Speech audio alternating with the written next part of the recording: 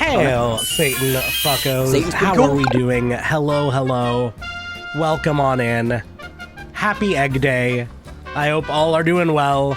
I hope everybody's chilling. I hope everybody's doing good. Hail Satan, Marion. Some things are going to be muted right now because of channel volume weirdness. Don't worry about it. What up? How we doing? Happy Egg Day. Little things do look a little bit like an egg. It's true. It's true. Hail Satan. Kitten. What's up? What's up? I hope everybody's had a nice, lovely week, or a weekend at least. If you celebrate Easter, then I hope you had a chill one. If you're trans, then today is your day of visibility, and I see ya, and I love ya, and I appreciate ya. That's the more important one, if you ask me. Gotta acknowledge my trans home is good to have y'all in. Love y'all. Anyways, how are we doing? How's everybody feeling? I almost switched over to Dante's Inferno tonight. I was really tempted to when I was at work today. I was thinking, like, on my way to work this morning, I was, you know, doing my thing, still barely awake at all. Hydrate already? The fuck? Dank Wright, we just started. I will later. Bara, hello, welcome. Hope you're doing well. Oh, yes, good. Love the trans emotes, the Kumo emotes, good. Fuck yeah. Anyways, I was walking over to work. I'm still mostly asleep. I'm listening to Gucci Mane. I'm trying to get ready to work a Easter Sunday brunch. And there's a church on my way to work. And some fucking teenager like starts talking at me about how we're having services all day. And I took out one headphone and I just said, hey, sorry, man, thank you, but I'm not interested. And as I walk away from him, I just hear him say, not interested? And I know he kept saying something, but I wasn't listening at that point. I had Gucci Mane in one ear and that's all I needed. And that really inspired me. Like, I was really thinking about, like, man, we're really close to beating Dante's Inferno. I could just do that. I could do that instead tonight. It'd be real funny. I could put myself up on a crucifix. We could have a whole thing. And then I got home from work. I double checked the shorts I made from my last Dante's Inferno stream Friday night. Just because I was about to delete the footage I'd used to make them. Cleared hard drive space for tonight's stream. I looked at those shorts, I looked at those TikToks, and I said, man, I don't think I want to play Dante's Inferno tonight. It's been a fun time going through it, but that is jank. I cannot wait to I'm trying to figure out what I'm following it up with for Friday nights. I'm thinking maybe we jump right into The Void Rains Upon Her Heart is my plan. I think that should be a lot of fun. Hello, welcome. How you doing, Vesper? Being heretical? Fuck yeah. If First has a million fans, I'm one of them. If First has 100 fans, oh, thank you, Bara. Thank you. I love the support. I appreciate it. Sheepy, hello. How you doing? Welcome. Hope you're doing well. Jesus Christ's transition for your sins. Well, let's not forget, like, if it really was an immaculate conception, then where the fuck did he get the Y chromosome from? Because as far as I was aware, the Y chromosome usually comes from the dad. So all I'm saying is, like, trans man Jesus. All I'm saying. We'll move past it. Just mention it. Just putting it out there. Anyways, yeah. So we're not doing Dante's Inferno tonight. We're going to be doing that next week, next Friday. We'll be finishing that game. Apparently, I don't have that much left in it. So we'll probably, like, just do a little fuser afterwards to chill out, to cool down from it. And then I think I'll be replacing that with The Void Rains Upon Her Heart as our next Friday game. I forgot to mention, I recently picked up Corn Kid 64. I'm thinking that maybe that'll be a fun thing to play after we're done with Killer 7, which has been really fun on Wednesdays. I'm not entirely sure. I think we got, like, 2 or 3 more of that. But like once that's out of the way, I think we could keep the retro vibe going with a little bit of Corn Kids, just because I don't know much about it, but it looks fun, and it, you know, Pseudo Regalia worked out great for me. Why not this one, huh? Just got home from work and it was not worth being there. Same, Sheepy, same. Felt solidarity. don't want to waste too much time. I'm really psyched to get into the finale of episode 4, which is has been a really good case so far. We're gonna try and get Miles off, and maybe if we're lucky, we'll also exonerate him, right? So let's maybe get some game audio going. I know we're gonna have to do some investigating. You knew I'd make that fucking joke. Did I do that joke for the stream ping? I forget. Oh, I did. Never mind. I always go into a fugue state when I write stream pings and tweets. So I forgot I had that one in the chamber. Anyways, turnabout goodbyes.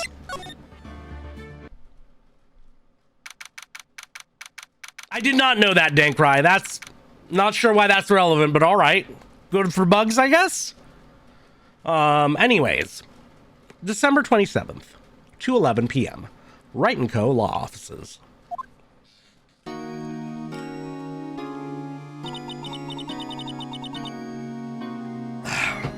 Take one nice big sippy. What was Mr. Edgeworth talking about? Oh yeah, a memory of a crime that I committed. Oh, he shot his dad. Yeah, a memory of murder. Do you really think Mr. Edgeworth killed? I don't believe it. Not Edgeworth. Some painful memory has been troubling him recently. But he never takes someone's life. Never. Nick. Oh. Yo, how's everyone doing? What do you think of my performance today? I had him swooning in the aisles, huh, Maya? Swooning? Me? Oh, yes, I do remember feeling faint. Right on. Tell me the truth, it was like love at first sight, right? Right, Nick? Me? Well, maybe my heart skipped a beat or two. I think you can do better than that. Come on, I saved Edgeworth in there, dude. Edgy! You guys should be bowing before me, yeah! Bow before your hero! Wow. Coming in with, I mean, you helped us out a lot. I won't get... I'm not giving the satisfaction. Yeah, fine. Thank you, Bara, for giving the man some love. Also, somebody was asking in chat, Yenik, you were asking whether I plan on playing other Suda 51 games. I, at the very least, plan on getting into the No More Heroes series. I think that will, maybe after the Void Rains Upon Her Heart, we get into that for Fridays, because that's definitely a Friday game more than any others. But maybe Wednesday. I don't know. Wednesdays are kind of a toss-up of the day. I've never gotten into any No More Heroes, but I want to get into that shit. It's been too long. Your favorite series? No way. Yeah, I'm psyched for it. I know I'm going to have a good time. Silver Case will be wild for me to experience, but that's probably for off stream. Yeah. Phoenix Wright is really pushing the edges of like visual novel comfort in terms of, for me right now at least. Anyways, the Humble Glazed Donut, before we get into this guy. I mean, solid, hard to go wrong.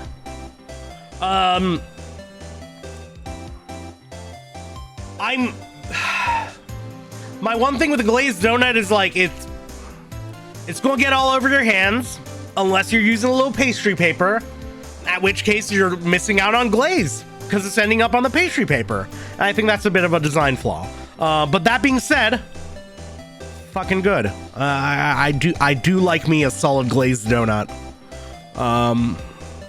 Really hard to go wrong with it. Even the middest glazed donuts are still really good.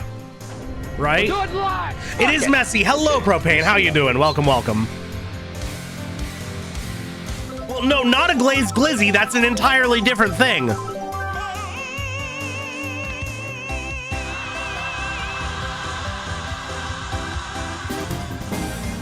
if the glizzy was glazed with like a, you know, maybe a good barbecue sauce, well, now we're talking, right?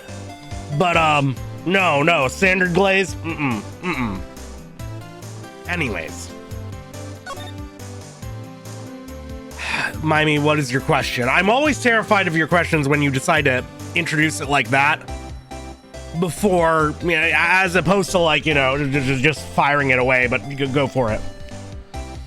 Jelly donuts should only have granulated sugar. Yeah, honestly, but even then, like top tier mess right there.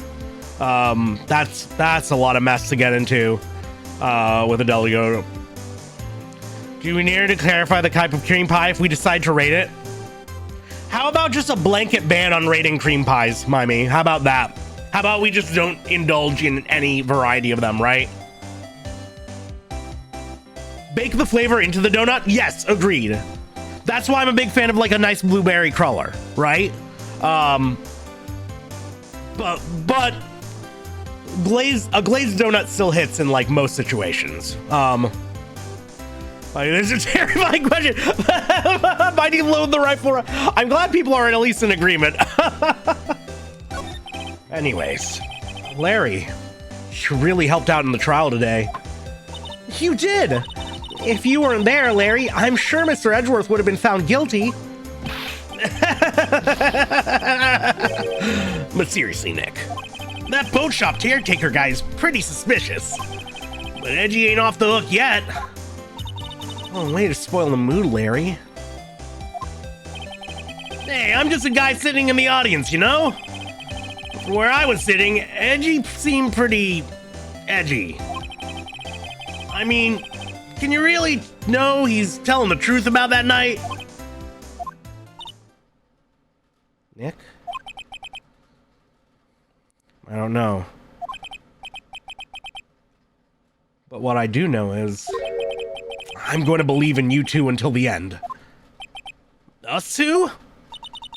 Edgeworth and who else? You mean me, right?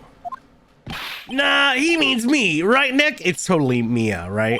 Yeah, you, Larry. Not me? Oh, no. Oh, David Hasselhoff. No way, the David Hasselhoff? Welcome on in. Thank you very much. You don't need to call me VFirmth. I am just Firmth. But I am having a lovely weekend. Now I want a burger. Anyways, but why you, Larry? Huh? Actually, yeah. Why me, Nick? Enough with the silent treatment. Okay, no, I want to talk to Maya. What, Nick, what are you doing? Nick, why do you trust Mr. Edgeworth so much? I mean, he's changed recently, true. Oh, thank you very much for the follow. But when we first met him, he was kind of a jerk, don't you think? You didn't know him back then. Back when he wanted to become a defense attorney. Wait. Was that when you two were classmates? Yes. In grade school. They saved me. Miles and Larry. They saved me and I'll never forget it. That's why I became a defense attorney, you know?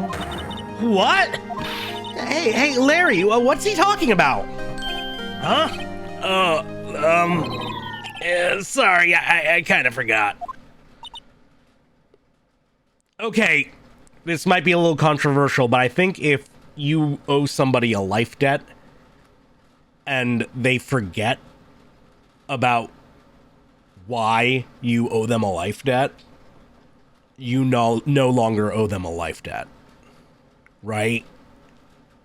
I think that's fair. Okay, Nick, out with it. I'm going to hear this story today, and that's final. Okay. It's kind of a long story, so hang in there. Coming from someone who promised me a life debt 10 years ago, you're gonna have to remind me. I was like, wait, I'm going back through. Anyways.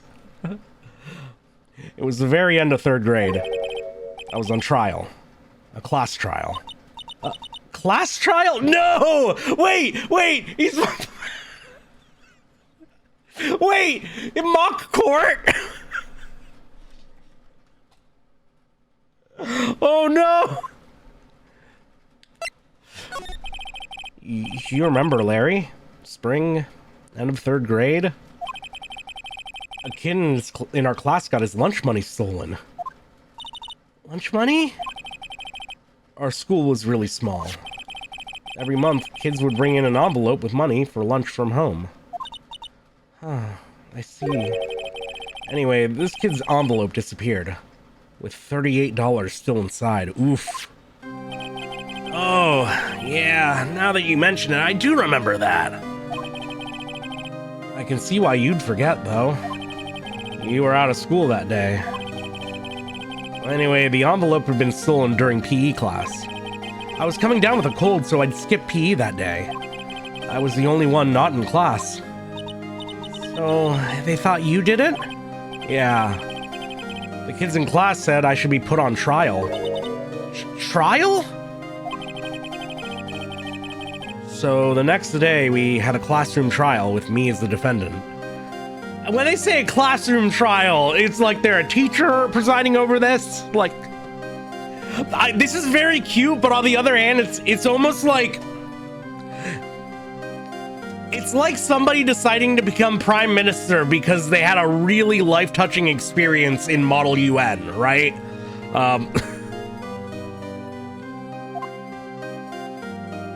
Oh my god, there is a teacher! Wait, no, this is sanctioned by the school? Please tell me there's capital punishment involved. Why does she have the Gendo Ikari glasses glare? Oh my god. I didn't do it. Guilty! He did it! Guilty! It was you, thief! Give me the money back. You're such a meanie. No one play with him. Just admit you did it. You can't handle the truth. We're not gonna play with you anymore. Yeah, no borrowing my eraser. You should be allowed in the relay race or the library committee. Give me back like 50 cents I loan you. Now, Phoenix, you know you shouldn't steal people's money. It's not right. In the end, even the teacher thought I'd done it. Go over and apologize, Phoenix. I didn't know what was happening. I was so sad, I couldn't stop crying. Everyone was staring at me like I'd done it. I tried to apologize. I went to where the boy whose money had been stolen was sitting. That's when it happened. He shouldn't have to apologize. The only thing that belongs in a trial is evidence. Anything else has no place. You should all be ashamed. Amateurs. Miles? He's got his face has not changed in fucking 2 decades. It wasn't you who stole my money, was it? Oh my god, it was his money. No, of course Miles' rich ass has 38 spare lunch dollars. Young Republican Edgeworth.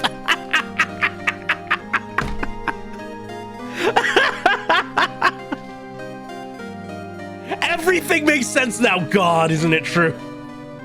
Okay, but let's be real here. A young Republican is not going to be a defense attorney. That's prosecutor right there. It wasn't you who stole my money, was it? Phoenix didn't steal the lunch money. The Federal Reserve did. No. Then you shouldn't apologize. Everyone's been shouting you did it, but no one has any proof. That is why, Your Honor, this boy is innocent. Miles, it was your money that was stolen. Yeah, he did it. He's the one. We'll need proof. Make him say he's sorry. Why don't you all just shut up? Oh. This is always how it is. Everyone ganging up and picking on one person. Just think how he feels. He said he didn't do it, so he didn't do it.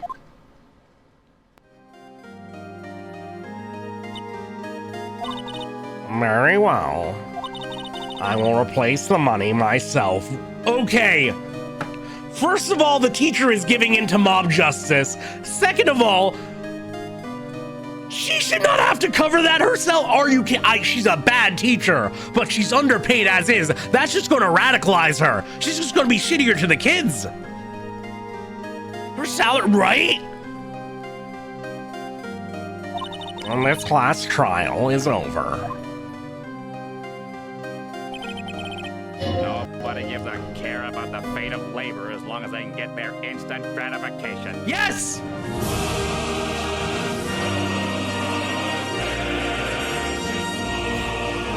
You kids are now my indentured service. The teacher covering the missing money is accurate. It's accurate in the saddest way possible. I know. That's how it happened. After that, the three of us were best of friends. I don't believe it simply because in this universe, that would have immediately led to them finding another kid who had actually done it, right? They always uncover the actual culprit. Wow. I had no idea. Yeah, I had no idea either. I mean, I forgot.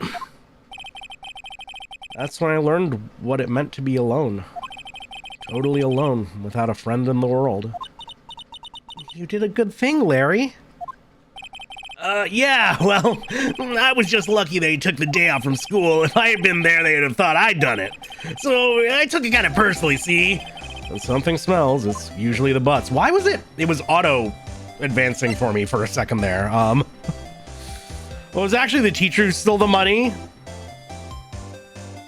I think no harm, no foul, considering they replaced it, right?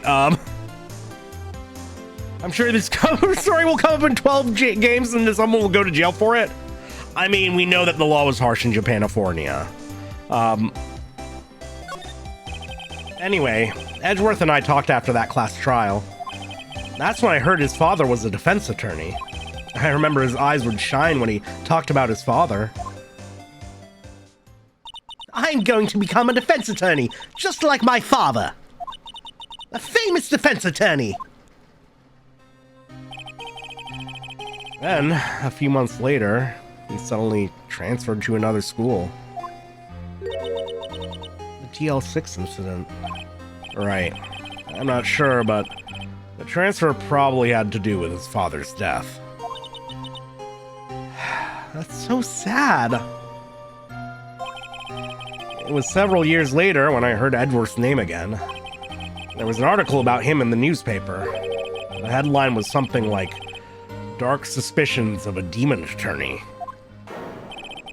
Fabricating evidence, manipulating testimonies, covering up facts. The article said he'd do anything to get a guilty verdict. Anything. But why? What happened? I mean, that's not the Edgy I used to know at all. That's what I thought too. I tried to get in touch with him, I don't know how many times. He never replied. I guess he didn't want to see his old friends. I couldn't just drop it, though. I wanted to meet him, to learn why he'd become who he became. That's when I decided. Wait, you don't mean... That's why? That's why you became a defense attorney? To meet Edgeworth? Jesus fucking Christ. I thought Edgeworth was Phoenix's Ocelot, but it's the exact opposite. Phoenix is the Ocelot. Kind of get. I love it. There we go. I love how two separate people said kind of gay. But yeah, he's getting crazy. It's true. It's true. That's scary. I mean, yes, it's not exactly what I want out of my legal system, right? If I was a defense attorney, I knew he'd have to meet me whether he wanted to or not. That's a little stocky, Phoenix. In court. In Minecraft. Edgeworth believed in me, and I believe in him. He's in pain, and no one's on his side. I'm the only one who knows the real Edgeworth. I'm the only one who can help him. Whoa, Nick. Kinda gay. So, is that why you helped me out for free? Yes. I helped you because I believed in you. Except, I don't remember saying I'd do it for free. Aw, Nick! Nick! Nick! You have to save Mr. Edgeworth if it's the last thing we do, okay? Right. It very well may be. First, there's that Reynolds boat shop caretaker. We need to find out who or what he is. I'd settle for who. I guess I can clean out some of this evidence I no longer need. Okay, let's go. All right. Wow, that's a lot. Love it. What evidence do we have? That's still a lot of evidence. That's still a lot of fucking evidence. I love how at the beginning you can kind of see the undertones, but no, it's just blatantly there. Yeah, no, this is actually really surpassing my every expectation, right? Like, people joke about how, like, I made the Metal Gear comparison, and people joke about how gay that series is, and it definitely gets there, but, like, it's a lot easier to interpret that story as just completely heterosexual than it is this one, frankly. I did not expect it to go like this blatant. Also, rating Legally Blonde. I have not seen that movie in fucking years. I feel like I only ever hear about it in good contexts. I generally like what it stands for and what its whole deal is.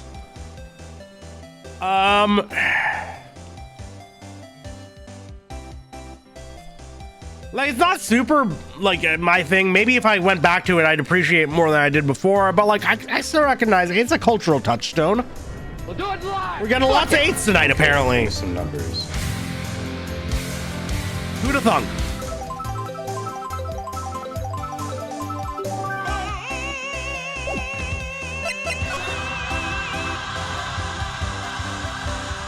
Speaking of Edgy Boy, we should hit him up. Oh, there he is. There he is. He'll actually see us this time. All I know about this game comes from Tumblr, and this just reaffirms everything I know about it. And that says a lot, right? When you're proving the Tumblr fandom correct, that says a lot about your media. Anyways, December 27th, Detention Center, Visitors Room. You look as grim as always. Mr. Edgeworth? I heard the story about the class trial. Class trial? What do you mean? You don't remember? No, I don't. Your lunch money was stolen, wasn't it? In 3rd grade? Lunch money? Oh, right. I seem to remember something like that. Nick, I think you're the only one who really remembers. That kind of makes it a little stockier, but that is so true. Like, I know all I remember from elementary school is the traumatic bits. So, like, you know, we went digging for everything we could for more proof of Edgeworth and Phoenix being gay. Yeah, I'm not shocked at all. What's impactful for one person may not be as important for another. No, exactly. It's a little sad for Phoenix, but it's very real, right? I remember kicking my bully in the balls in 2nd grade. That's a good memory to have. Fuck yeah. I remember the teacher stealing my laser pointer once. Ooh. I remember. I have plenty of 3rd grade memories. None are good. Anyways. Well, it probably only really mattered to me anyway. Mr. Edgeworth, didn't you know? That trial was the reason Nick became a defense attorney. Ridiculous. Gee, thanks. That said, it does sound like the kind of thing you do. You haven't changed a bit, have you, right? So simple. To a fault, even. Well, maybe, yeah, but I I think you changed too much. I think you changed too much, Edward. Perhaps. I don't... Hey, you want to see a photo of your dead dad? I'm not... I mean, that's... The worst part is, like... This is 100% going to be the way forward in the conversation at some point, just based on the way this game does. Based on the way this game, like, tells stories. I want to spring that on him. We're gonna wait till we're built up to that. But we are gonna re-traumatize him eventually. I spent recess under the pillows and no one thought I could be autistic. So true. I like showing him the attorney. I think I already did show him the attorney badge, but just for safe measure. Sorry. I'm not sure I can help you with that. Okay. All right. I remember digging a hole so big that the teachers yelled at us and sectioned off that segment of the playground to keep us from digging more. Hell, Satan Vex, welcome, welcome. Mimey, good on you for being part of a work crew, honestly. That's some collective action right there. Hey, Edgeworth, why did you become a prosecutor anyway? You used to look up to your dad. You said you wanted to be a defense attorney, right? Why would you change your life goals between elementary school and adulthood at all, ever? I couldn't let myself deny reality like you. Oh, what do you mean? My father was taken from me, and you want me to defend criminals? I'm sorry, Wright, but I'm not that good of a person. One suspect was apprehended in your father's murder, right? Yes. The man trapped in the elevator with my father. His name was Yanni Yogi. He had to be the shooter, any way you look at it. Yet, he was found innocent. That defense attorney got him off the hook. That will be Robert Hammond. On that day, 15 years ago, Yummy Yugi! Yugi boy! I'm here for my revenge! Also, thank you for the YouTube sub, Lodge. I hope you enjoy the videos. Pretty proud of them. The three of us were trapped in that elevator for 5 hours. When we were rescued, we all suffered oxygen deprivation. I had lost all memory of the murder. Lost your memory? Even now, I can't recall what happened in that elevator. That was the crux of Yogi's attorney's argument in court. He claimed Yanni Yogi had been not of sound mind due to the oxygen deprivation. Yogi was released due to a lack of evidence. Innocent. That's when I changed my mind, and I started to hate defense attorneys. Just all of them. Okay, fair enough. I cross-examine the Millennium Puzzle! What's your relationship with Von Karma? He's my teacher, and a man who deserves respect. I learned everything I know of courtroom techniques from him. So, he's like my sister was to you, Nick. He's a perfectionist in all things. Oh, we're disputing that, but okay.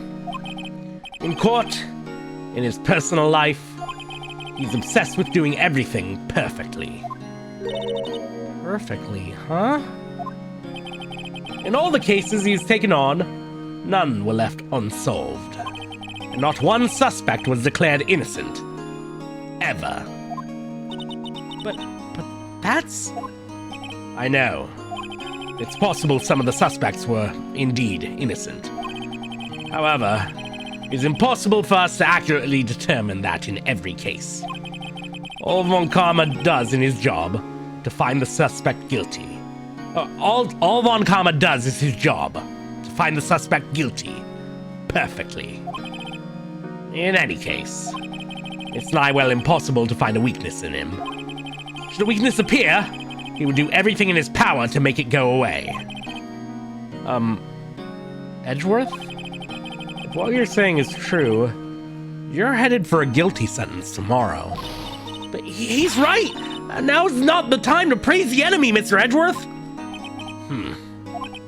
It's a strange situation in which I find myself, I'll admit. No kidding. I still think it's wild that we couldn't get the enemy, the prosecuting attorney, like, recused from the case? Right? Because, I mean, like, conflict of interest, right? How's the guard doing? Good question. I've yet to watch ZZ.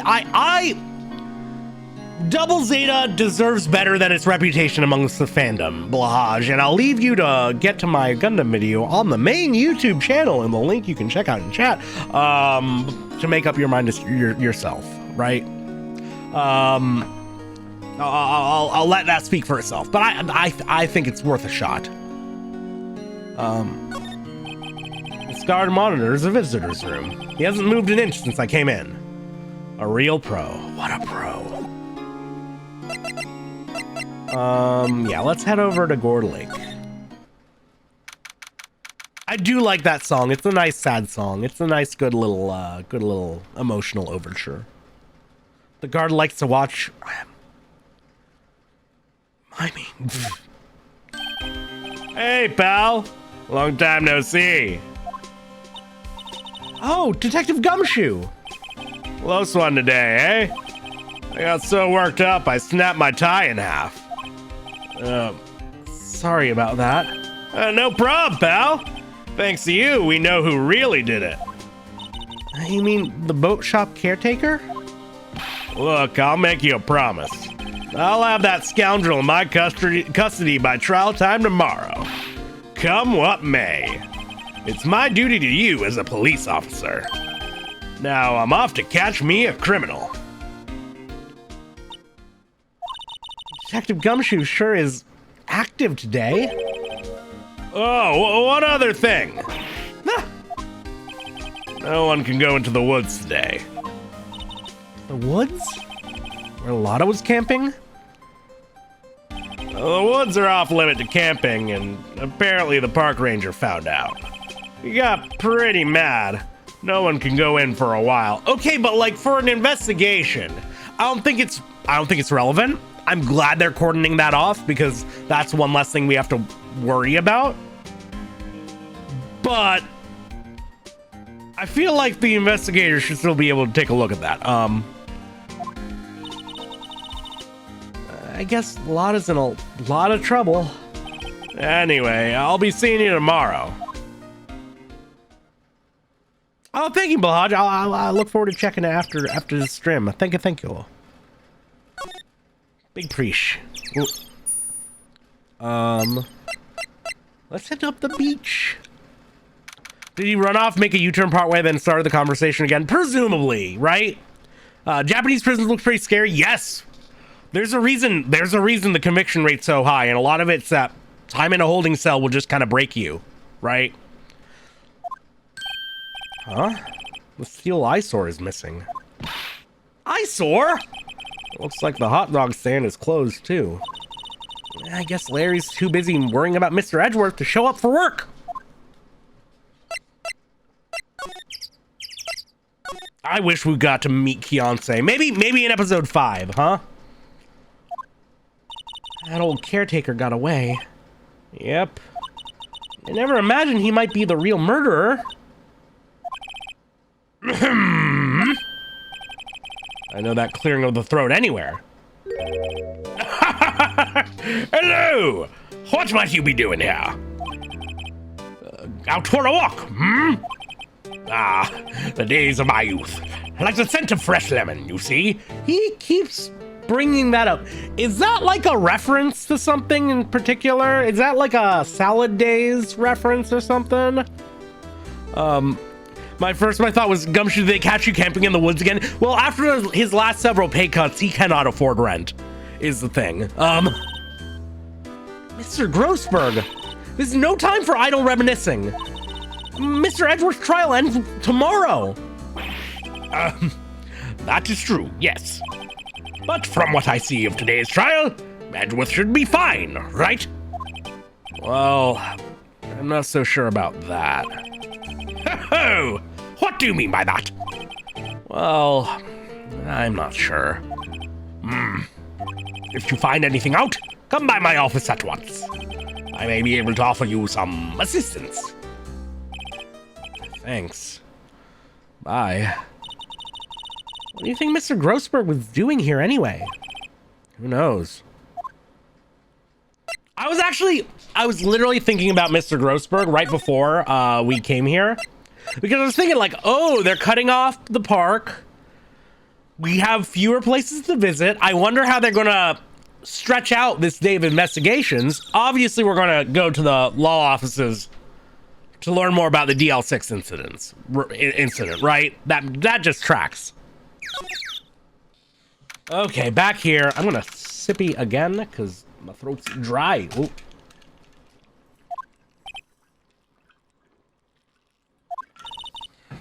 Nobody's home. Hello. Hello. Hey, it's Polly. I wonder where your owner's gone, Polly. Hello. Hello. I can't believe he'd run off and leave his poor parrot to fend for herself. Hello. Hello. Okay, well, clearly something of note is going to be here. That reminds me, Nick. Polly here knows the number to the safe, right? Yeah, that's right. Polly, what's the number to the safe? 1228. Let's open it, Nick. Come on. I'm sure there isn't any money in there. Aw. But hey, he keeps it locked, right? So there must be something of value in there. I'm not so sure. Okay, Nick, let's see what's in there. I guess there might be a clue or two. The only thing in here is a letter. A letter? Oh, boring. I'm sure it's going to be very relevant. There's no name or signature on this thing. It's handwritten in very precise, clear letters. Get your revenge on Miles Edgeworth. Edgeworth! Nick, why would Mr. Edgeworth's name be on here? How should I know? I'm going to read the whole thing. Get your revenge on Miles Edgeworth. That's a strong opener. It also says, this is your last chance. Now is the time to get revenge on the two men who ruined your life. The rest of the letter goes on to describe the murder plot in detail. How to kill Robert Hammond and frame Edgeworth. Calling Edgeworth out to the lake, getting on the boat, firing twice. This is exactly what I figured out today in court. It's all here, in perfect detail. What do you think it means, Nick? Oh no. But it looks like these are instructions for that caretaker.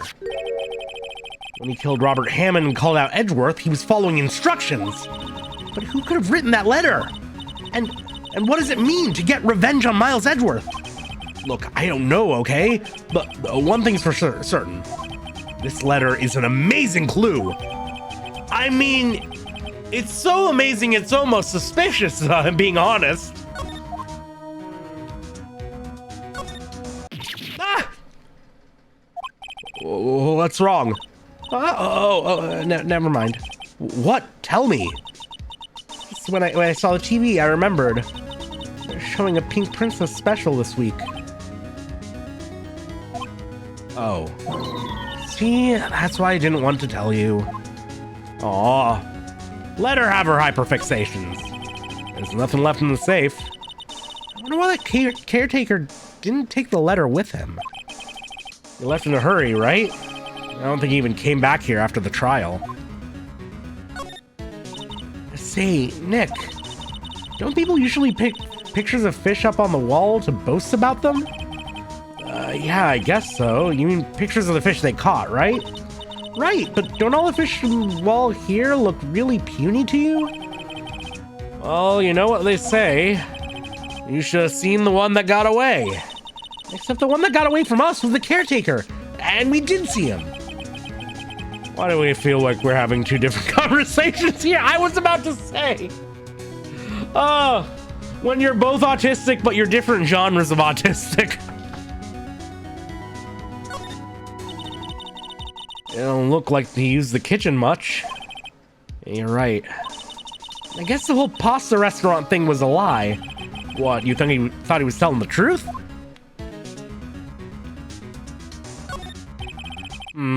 Everything's cold. Looks like he didn't turn his heater on. I guess he hasn't been back here since the trial. Hello, Rena. Welcome, welcome. How are you doing? Is Edgeworth autistic? Two people immediately saying yes. What if he's like not autistic? He's just like super regimented. And what if he's just insanely neurotypical though? What if he's just crazy neurotypical? What if he's just on the normal pills? I know. That fishing pole looks expensive. Maybe we should bring it to Detective Gumshoe. Don't you think the caretaker would mind? Well, we can just leave him the metal detector in exchange. Maybe we better not. Family's out of town? Excellent. I hope you're having a good, chill day. Grosso's promise. I'm sure when I inevitably get to the Edgeworth spin-offs, that will be proven to be the case. I'm sure. Maybe I should take care of Polly, Nick? You probably shouldn't just kidnap her. The police know about her anyway. I'm sure they'll do something. Well, okay. Sorry, Polly. He says I can't take you. Great, now the bird's gonna hate me. Can we show... we can't present the lawyer's badge to Polly. Phoenix is autistic ADHD and Edgeworth is pure autism? I could see it, yeah. I think Maya's high ADHD. For sure. Oh wait, no, let's go back.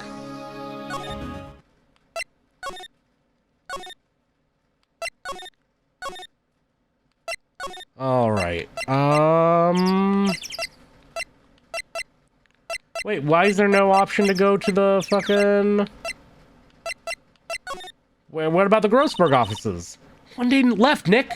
Yeah, I know. Well, no time to waste. Let's get going. What about the Grossberg law? There we go. The Fays are all just fucked. You were not fucked for having autism.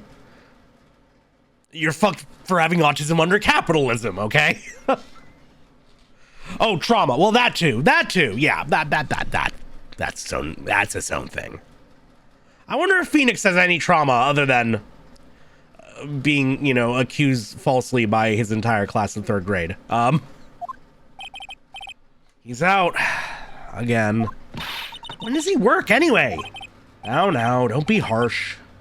Guess we'll have to come back later. I could have sworn we were gonna have to go to it. Okay, fine. Living in the system is traumatizing. Yeah, just a little. Just a touch. Just a touch of trauma for all of us. The least neurospicy character in this is Butts, and that says something. What about Payne? The tutorial lawyer. I could see him as not being too neurospicy. Payne don't count? Okay.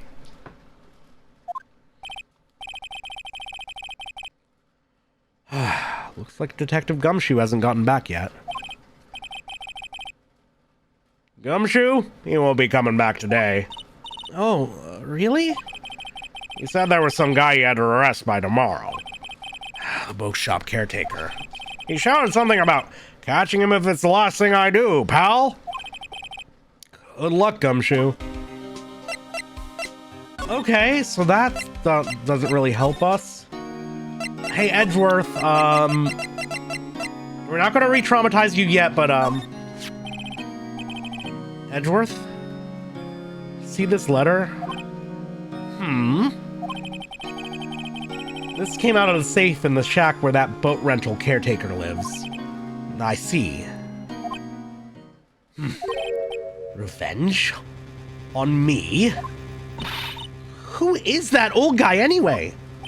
I don't know. Could he be an innocent defendant? You got declared guilty or something? Nice, right? But I don't remember that old man. Not at all. So he was following this letter then, which means there was someone else behind it. Now is the time to get revenge on the two men who ruined your life. Two men, meaning myself and Robert Hammond. It also says this is your last chance. Last chance. Wait. Maybe he's talking about the statute of limitations on the DL6 incident. Wait, that old man. What is it? Do you know who he is? Yogi. Could he be Yogi? Yogi? The suspect in the DL6 incident. The one who was found innocent. I thought we'd figured that out last trial. I thought we'd figured it out during the trial. Okay. Yanni Yogi was a court bailiff at the time. We just happened to be in that elevator together 15 years ago. Oh, he was a bailiff?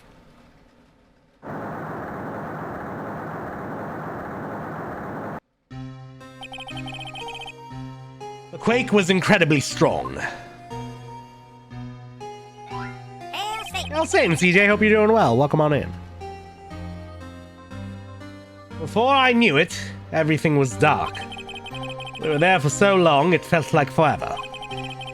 The air thinned and the darkness closed in on us in that little box. We became unsettled.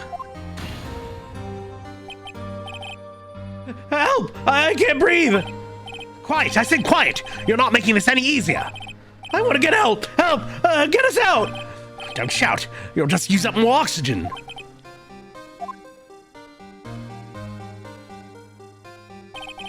That's all I remember. When I came to, I was in a hospital bed, staring up at the ceiling. In court, Yanni Yogi's mental condition was called into question. He claimed the oxygen deprivation and stress had caused temporary insanity. In the end, the claim passed the court, and Yogi was found innocent. He was also very clearly left with lasting brain damage, and I feel like that's gotta count for at least something. Did you know Yogi and Boo Boo was actually an adult? Yeah, the Uniboo Boo. He's got his own cave. He's got his own typewriter. He writes manifestos. Yeah. Huh. But isn't that strange? This letter tells him to get revenge on Edgeworth. Why would he want to take revenge on you? Right? Yeah? It's something that's been troubling me these last few days. I didn't know whether or not I should tell you. You mean the nightmare? It's a nightmare I've had. A memory of a crime that I committed. A crime you committed? A memory of a murder. You would want revenge on an 8-year-old? There's a I think you should leave skit about that. That's about a baby, but still. Hail Satan, Kobold. How you doing? Welcome on in. I think the time has come to tell all. Let's hear it. Lay it on us, buddy. For the last 15 years, I've had the same dream almost every night. I wake up in a fearful sweat every time. What kind of dream? It's a dream about my father's killing in the dark. Help! I can't breathe! Quiet! I said quiet! You're not making this any easier. I want to get help! Help! Please get us out! Don't shout, you'll just use up more oxygen. I can't breathe! You're using up my air! What? Stop breathing my air! I'll stop you! What? What are you? Stop breathing my air! No! Father! He's attacking Father! And I see the pistol lying by my feet. I don't know if it was evidence from that day in court or in the bailiffs. In a daze, I pick up the pistol. Get away! Get away from my father!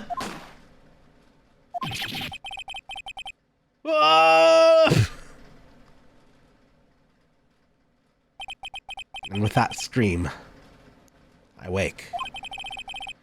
It's a bone-chilling scream. A scream that has rung in my ears for the past 15 years. But that's just a dream, right? Right? That thought is the only thing that has kept me sane for the last 15 years. But what if I'm wrong? What if it's real? They say that sometimes people shut out memories in self-defense. Maybe it was I who killed my father. Okay. Well, now that he's put it on the table, it's definitely not going to be that, right? Also, hello, Noisy. Welcome, welcome. What?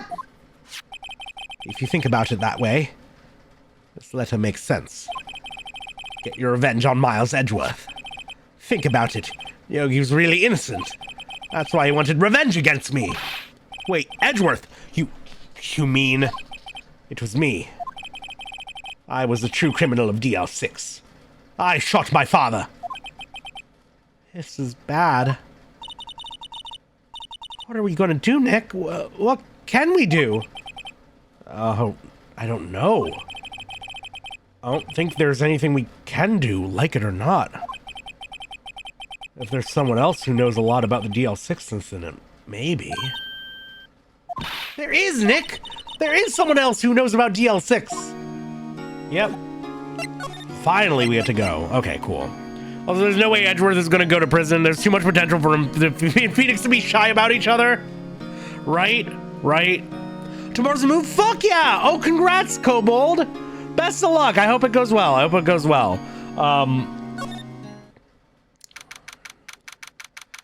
Is he finally in the office? Let's go. Mr. Grossberg. Ah, hello there. What's wrong? You look troubled. No kidding. I can't believe you're not.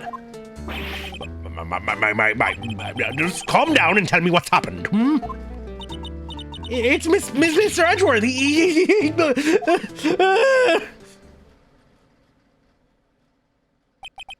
I see. Wait, so my question is, okay, the DL6 incident. I'm getting a little bit confused. The DL6 incident.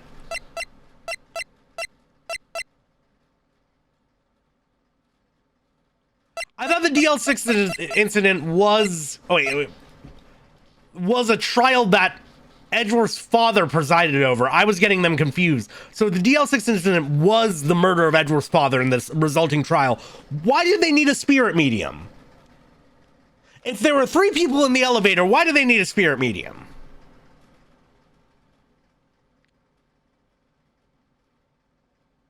Right? No, I'm like, why they...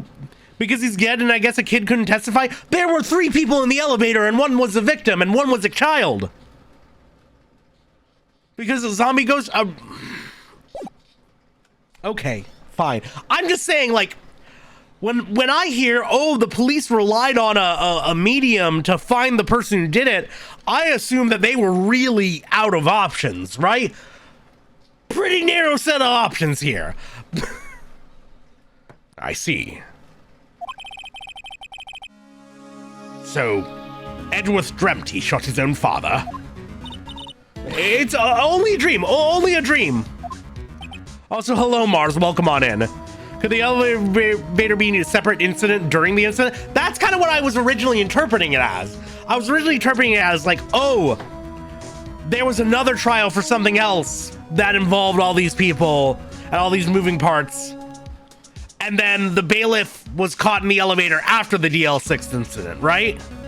That's what I thought too. Maybe that is the case and I'm just getting myself confused here. Because of the way this, yeah, either way, we're probably getting ahead of ourselves. Things will be explained, and somebody's probably already typed a YouTube comment on the boss channel, explaining it as if I don't get to the answer later on this stream. No, it's genuinely confusing just a little bit,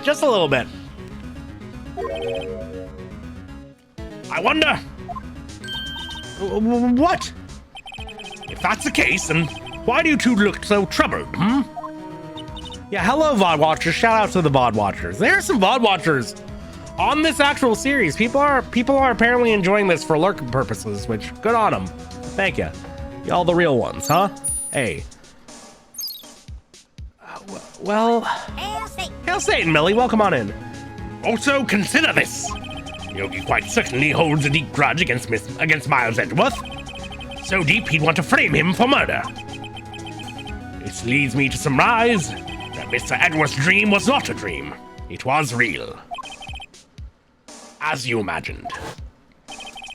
Miles Edgeworth threw the pistol to save his father. Oh, okay. Okay, sure. So he actually did throw it. Good to know. The pistol fired, and the deed was done.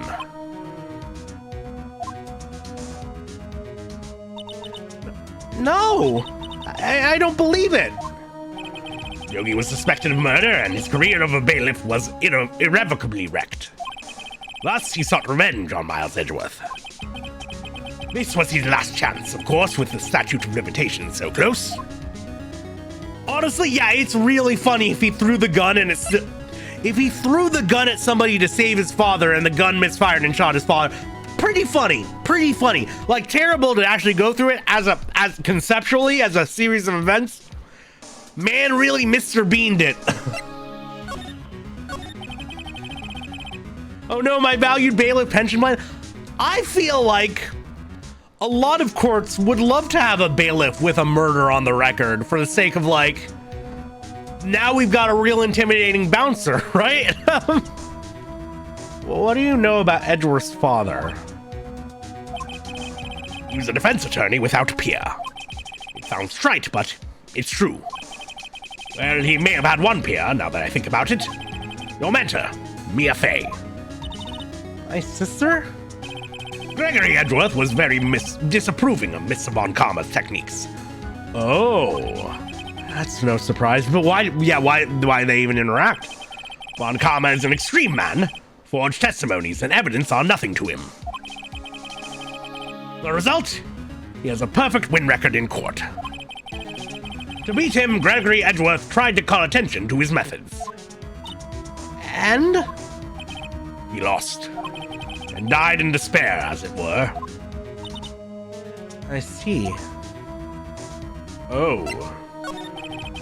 When Gregory Edgeworth was killed, the police called on a spirit medium. So they did call the spirit medium for Edgeworth's death. Why? That was your mother, Misty Fey.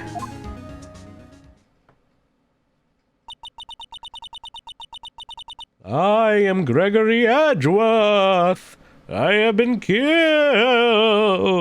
Oh, wait. The one who shot me was the bailiff, Yogi.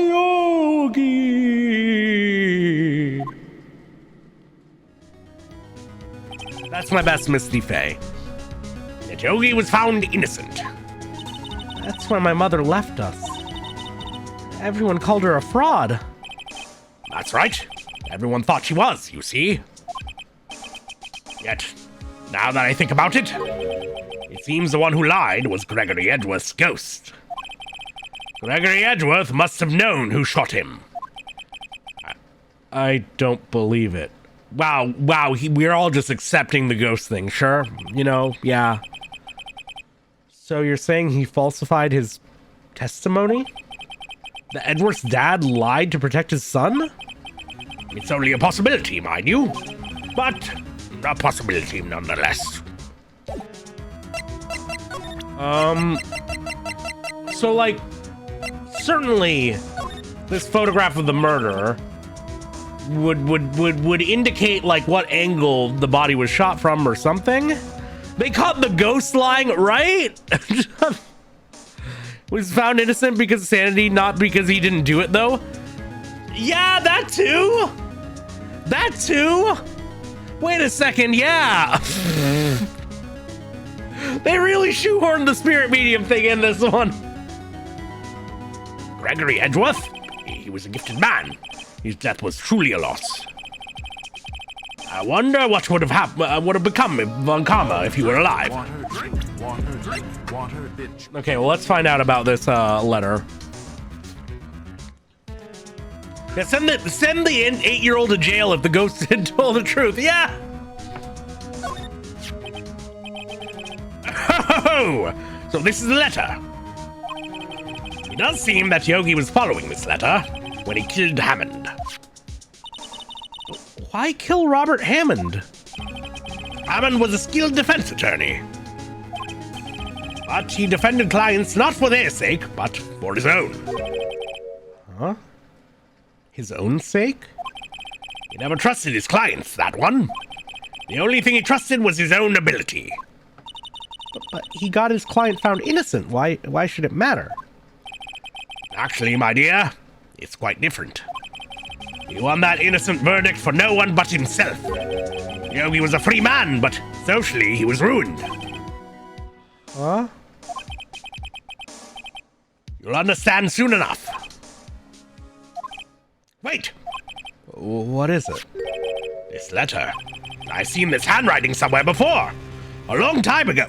Oh, god damn it. Please tell me it's Von Karma's. Please tell me it's Von Karma's. Whose handwriting was this? Do you have any idea who wrote this? It's totally Von Karma, right? It has to be. Could it be Manfred Von Karma?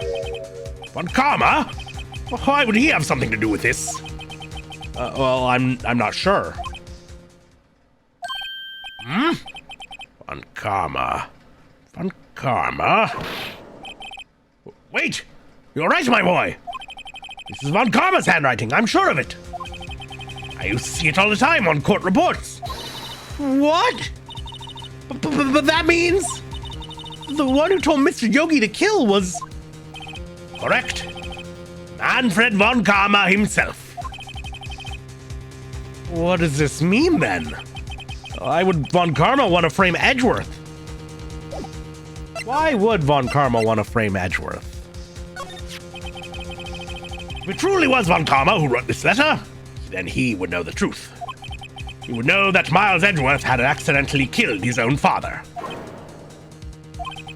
He'll say as much tomorrow in court, I should think.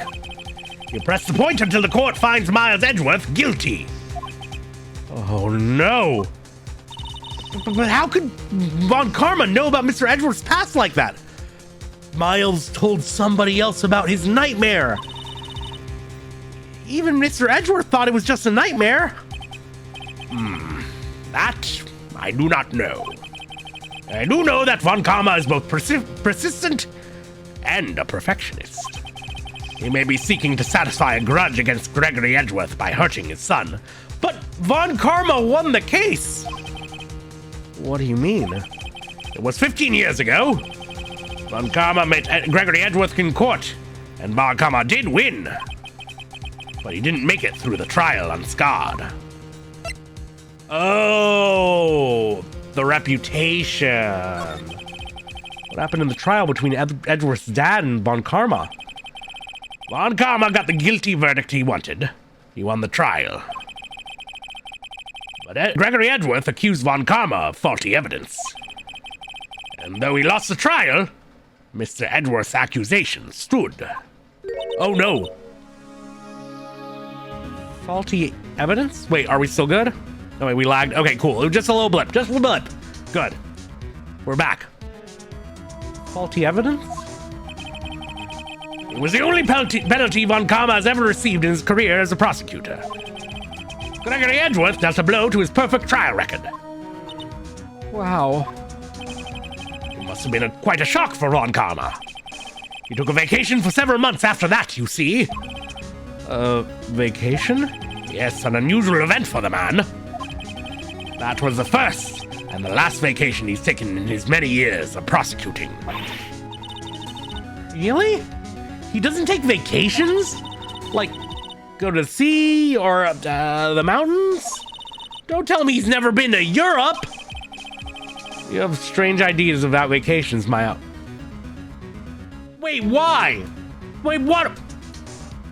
Beach, mountains, Europe, I think are like pretty... I think if you showed me like a Family Feud vision board of potential vacations, those three would probably be up there. Very common. Also, has Maya been to Europe? You know what? I think she has. I could see it. I could see her visiting some sick grave sites in Europe. Goblin mode crawling with up a pipe, cutting the wires, Von Karma. What? Propane, what? In any case, that was the only time he took a vacation from work. I believe the penalty upset him quite a lot. Odd. If he wanted to keep a perfect record so badly, why would he take such a long vacation? What do we do, Nick? Von Karma's gonna bring up the DL6, you can bet on it. What if Mr. Edgeworth pleads guilty to DL6? I won't let him. Yes, Mr. Wright. I hate to say this, but even accidental murder is murder, you know? Well, no, it's manslaughter, first of all. I know that. I just believe in Edgeworth's innocence. I can't believe he'd kill someone. But Nick, Mr. Edgeworth admits it himself. His father must have lied to protect him from beyond the grave. She got convinced fast.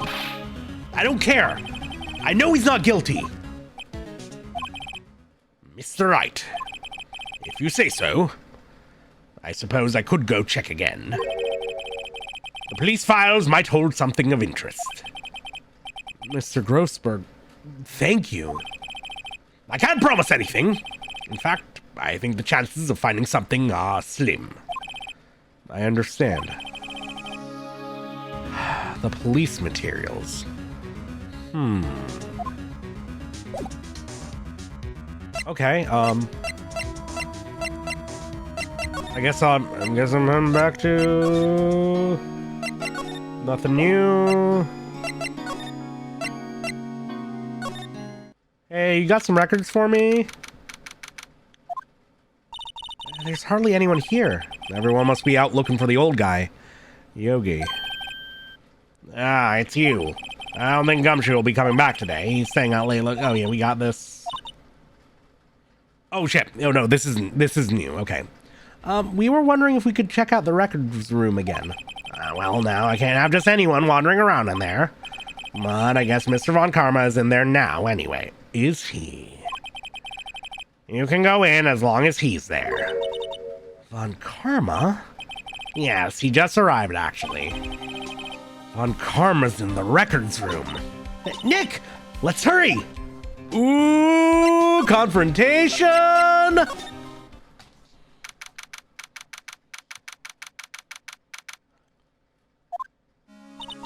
Dusty as always. Extra dusty with Von Karma around. We were only here just yesterday. I'm sure they just haven't had time to clean. What's wrong, Nick? Nothing. I was just noticing that he isn't here. Von Karma? Yeah, where is the guy? And why is this drawer open? Huh? One of the drawers here is open.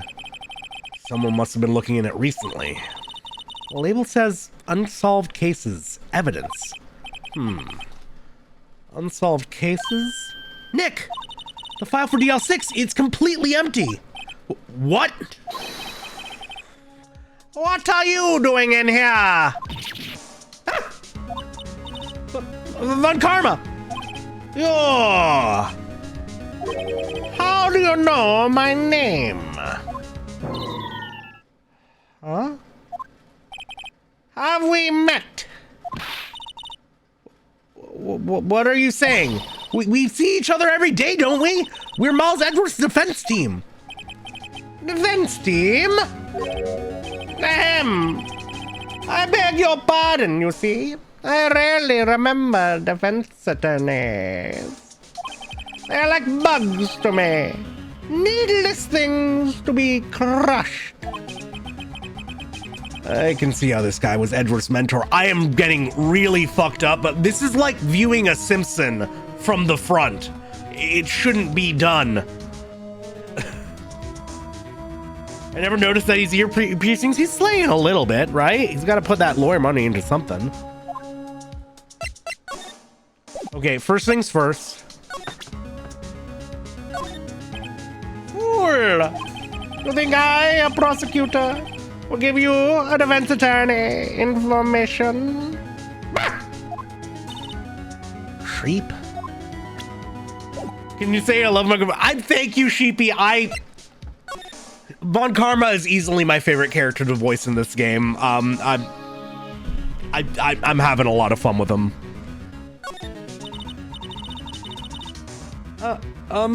Mr. Edgeworth is your student, right? A romanticist who still can't shed that veneer of amateurism. Just like his father. Always second-rate. Mr. Von Karma, you had an axe to grind with Mr. Gregory Edgeworth, didn't you? Me? A grudge against a mere defense attorney? Why? Because he dealt a blow to your otherwise perfect trial record? So you did. But what I don't get is, why did you take his son under your wing afterwards? The son of your most bitter rival. That, my dear attorney, is none of your business. I'm planning on doing the rest of the AA series. I have the Ace Attorney, the Phoenix Wright Ace Attorney trilogy. It would probably be a little while before I move on to the rest of the games. But at this point, I think it's safe to say that at some point, probably do at least the Apollo Justice games, probably the Edgeworth games, who knows, I know there are a lot of them, but I think, I'm willing to go for more of them, frankly. Tomorrow will be the last day of this trial. It's been a while since I've had a defense attorney last this long. Still, you will lose in the end. Miles Edgeworth will admit his own guilt. His guilt of 15 years ago, you mean? You're quite the researcher. If you've done your homework so well, then certainly you must understand. You know what Miles Edgeworth will tell the court tomorrow. We were right. So Von Karma is going to bring up the DL6 in court tomorrow. And yeah, Sheepy, I'll probably do like a one-off stream between this game and whatever the second game in this trilogy is, and probably break up between the second and third games too. But I really think that I'll probably play some other games before I move on to like another trilogy from this franchise.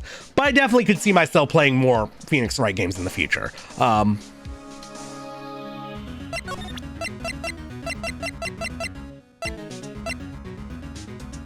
So, Mr. Von Karma, have a look at this.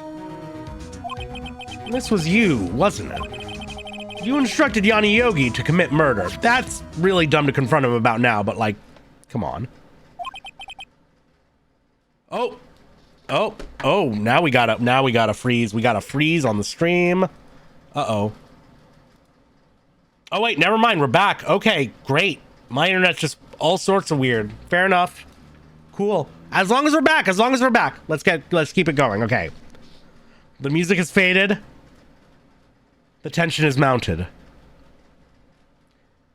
Yanni Yogi. How many years has it been since I've heard him called by that name? He's a fool. I told him to burn it after he read it. So you meant it. You wrote Mr. Yogi this letter. Yes, Yes, my dear defense attorney. Thank you for taking the trouble to bring it to me. You saved me from a lot of needless hassle. What? Nick, what is that thing? Oh, a stun gun for self-defense, usually. Indeed! 600,000 volts will course through your body like a dog touching an electric fence. 600,000? Oh, don't worry. People don't die from it, usually. Now, give me the letter. No! No! What are you? Nick, run! Ah, oh no, Maya! Hey, this is in a police station. Hey, this is in a police station. That's maybe the... Maya! Get out of my way! Well, I really thought Maya had saved us. Phoenix, why didn't you run when she told you to run? Oh my god. Is the record room in a separate building or something? He got us. Letter's gone, of course. And he took the DL6 evidence. All of it. Back to having no clues. Wait. Maya jumped first. Maya, is she okay? Maya!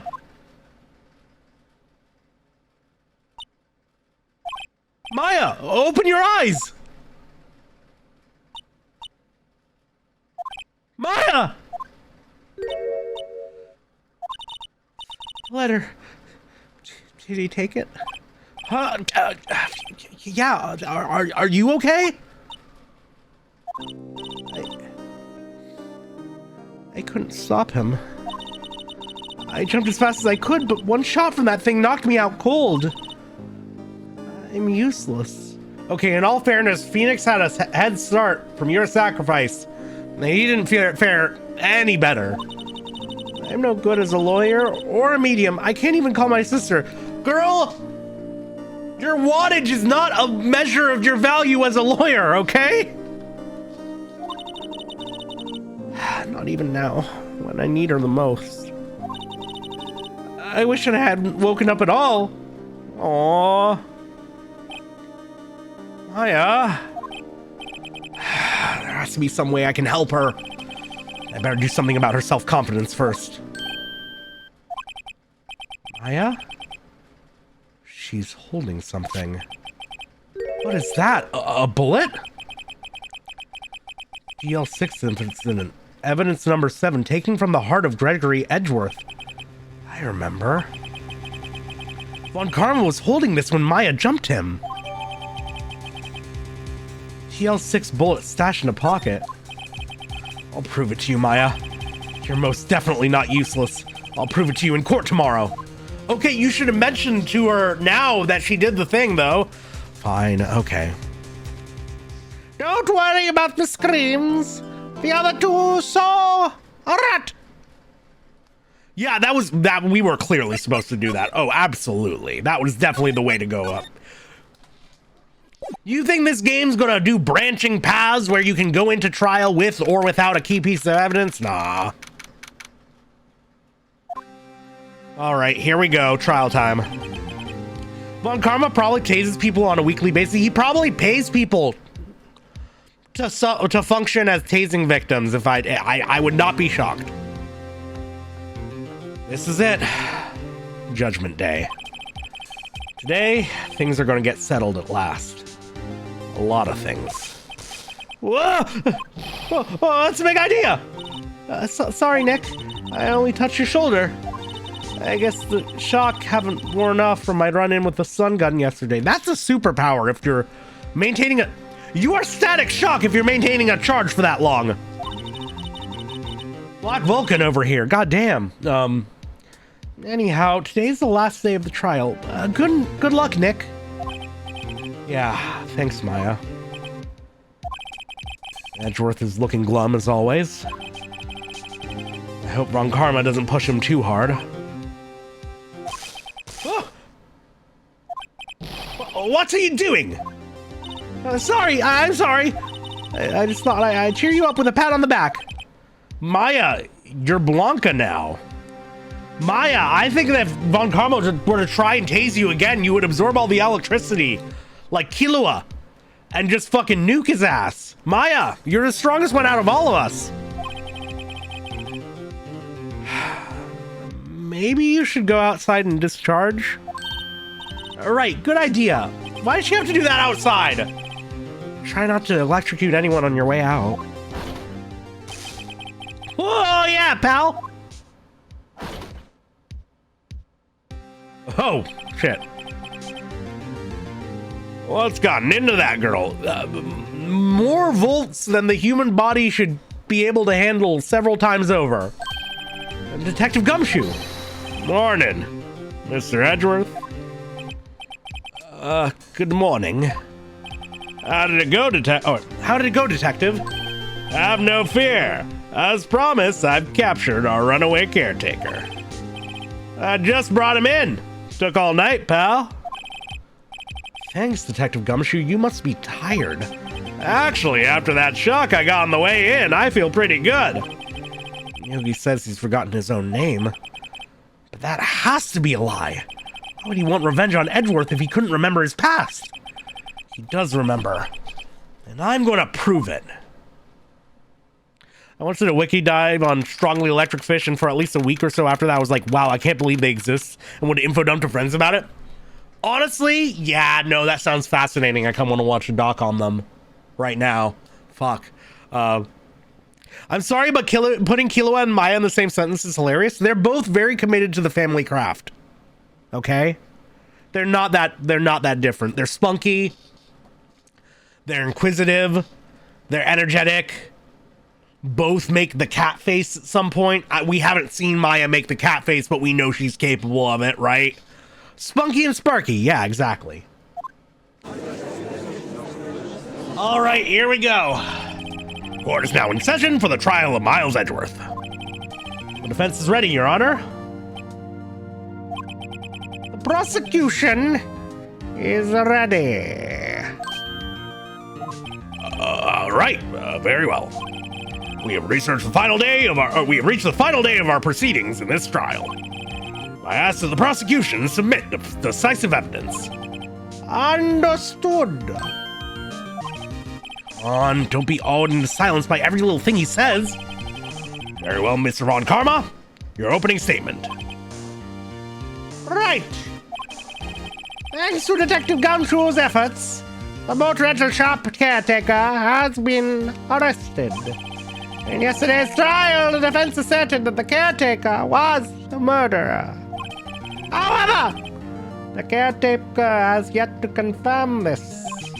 I would like to ask the defense to cross-examine him as much as necessary. Very well. Please bring in the witness to the courtroom.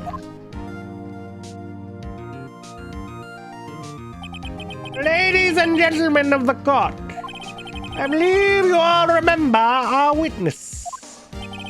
He lives in the boat rental shop on the lake, from where he witnessed the incident. In addition, he has currently lost memory of his name and identity.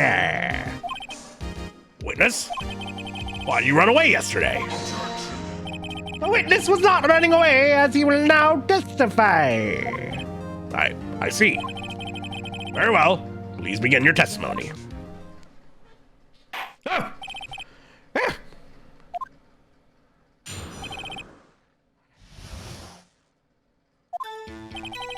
I'm really sorry about just leaving yesterday like I did. Well, I wasn't running away or nothing. I went to buy some food for Polly, see? I figured I got nothing to do with this incident anyhow. I mean, I need one of those motive things, right? And I don't got one. So my testimony yesterday stands as is. Very well. Let's begin the cross-examination, shall we? He has to know his name. Yanni Yogi. You're Yanni Yogi, and I'm going to prove it. Okay, let's press him on everything, because we know that's the thing we got to do now. I'm really sorry about just leaving yesterday like I did. I'd call what you did running away and not just leaving. You heard Larry's testimony and realized you were in danger.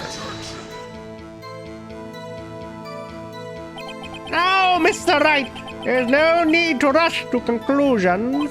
As I said, the witness was not running away.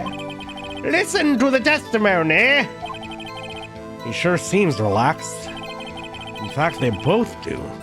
Von Karma and Yanni Yogi. I love how the objections never fall under a category like objection relevance or hearsay or badgering the witness. It's always like, objection, here's a paragraph. But I wasn't running away from nothing, or nothing. Then why did you leave? He's just about to say why. It's so hard for you to just quietly listen when somebody is talking. If I sat quietly, Edgeworth would be guilty in 3 minutes. I went to buy some food for Polly, you see? Food? Well, Polly's a bit of a gourmand, you see? She only eats these high-quality bird pellets from France. They only have them in the big pet shop downtown. You weren't arrested until this morning. Why didn't you go back to the caretaker shack?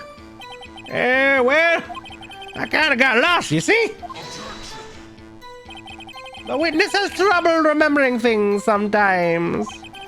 When the police apprehended him, he was on his way back to the shack. Yeah, right.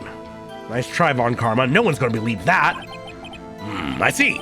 So he was lost. Please, Your Honor, come to your senses. I figured I got nothing to do with this incident anyhow. Buddy, you were called as a witness. You've lost much of your memory, is that correct? Yep. Seemed like it. And how could you know that you didn't have anything to do with this incident? Or maybe you're lying about not having your memory, You know exactly who you are. The witness has testified quite clearly that he has no memory of who he is. If you claim he's lying, then show the court proof. How am I supposed to prove what's going on in that old codger's head? That's impossible. I'm glad you've come to your senses, Mr. Wright. Very well, witness. Please continue. One sec. Oh, man. I figured we could maybe use Polly as testimony, because we know she says don't forget about DL6, but... Lie detector test? That's incredibly unreliable. I mean, I need one of them motive things, right? And I don't got one. How can you say you had no motive? I say you do. Well, that's speculation. You had a grudge against Edgeworth and the victim, Robert Hammond. That's why you took revenge on them, right? Objection!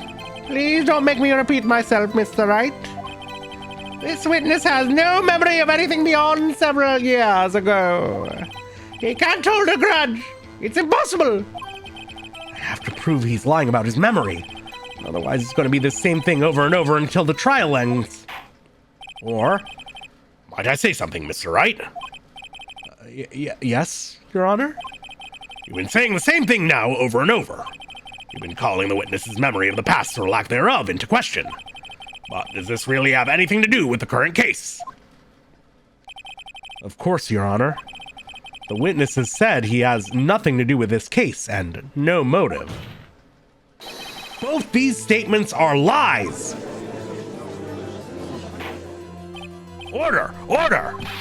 Mr. Wright, there's a serious problem with your claim.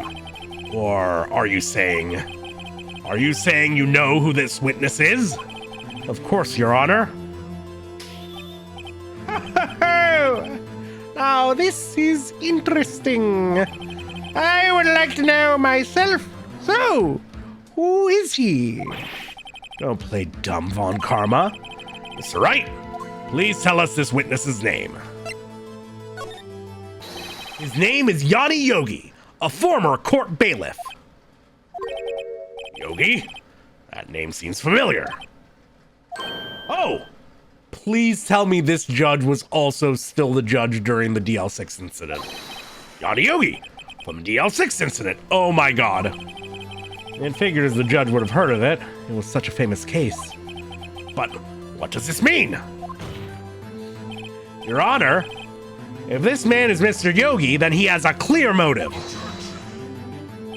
Disc. Jumping to conclusions again, Mr. Wright. This man, this witness, is Yanni Yogi. Fascinating. Hello, Jay. Welcome. How you doing?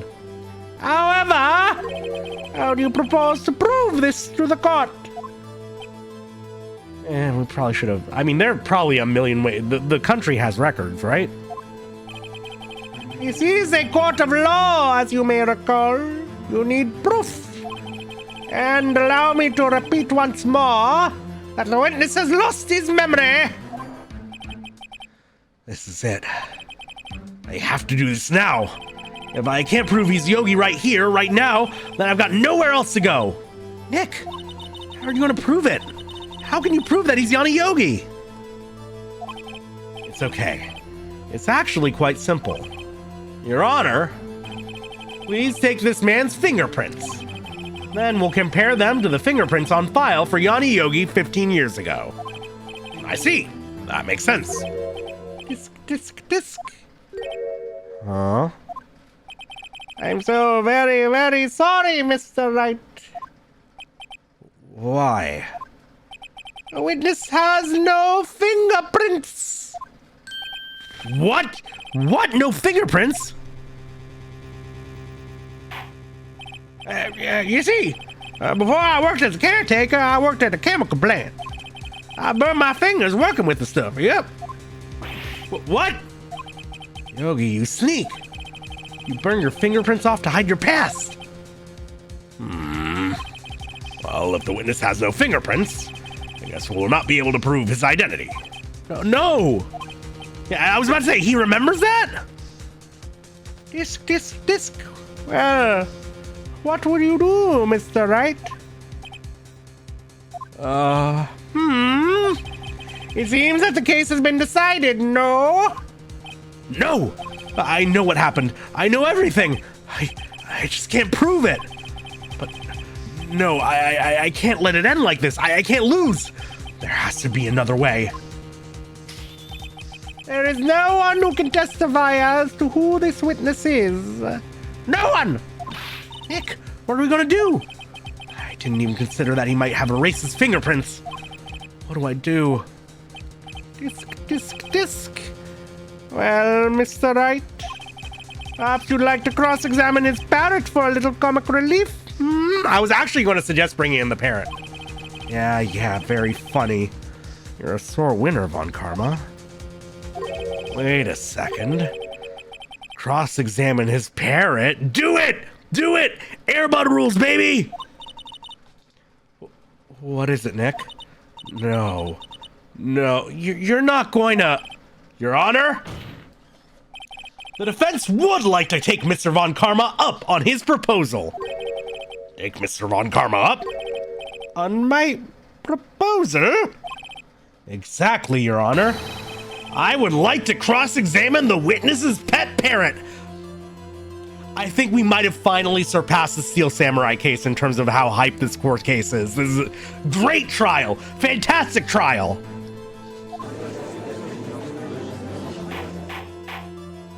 Order! Well, what do you think, Mr. Von Karma? Need you even ask? This is a farce! I object! Wait a second. You were the one who suggested I cross-examine the parrot, Von Karma. I have a right to do as you suggested. I invoke the rule of just kidding. The stenographer will add a \S to my previous statement on the record. Well, if you're so desperate, then please be my guest. Of course, should you go through with this and nothing comes of it, I hope you're ready for the consequences. / you're right, sorry. \ is just more fun to say. Makes me feel like Shulk. Nick, this is crazy. Well, still want to go through with your little game? Yeah, of course I'm fucking doing it. Let the parrot take the stand. I will cross-examine her, Your Honor. This is the most ridiculous thing I've ever heard. Karma's rigged every person's testimony, every piece of evidence, except the parrot. She's my last chance. At least I think so. Bailiff, bring in the parrot. Oh boy. That's quite a bird. Please tell us your name. Name. The witness is ignoring me. It must hurt to be ignored by a bird. Very well, witness. Who is your owner? Oh my god, he gave in. He gave in. Judge, you need to cement yourself as the alpha in the mind of the pet. Who is your owner? Please, testify for us.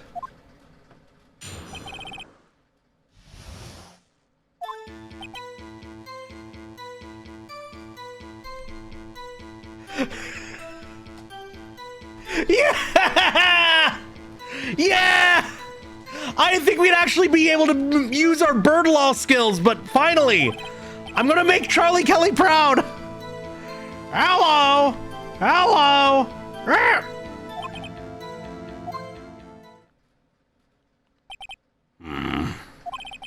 Certainly the most concise testimony we've had so far. Very well. Begin your cross-examination. It was full of contradictions. All right. What are you gonna do, Nick? I don't know. What do we do, Maya? Hello.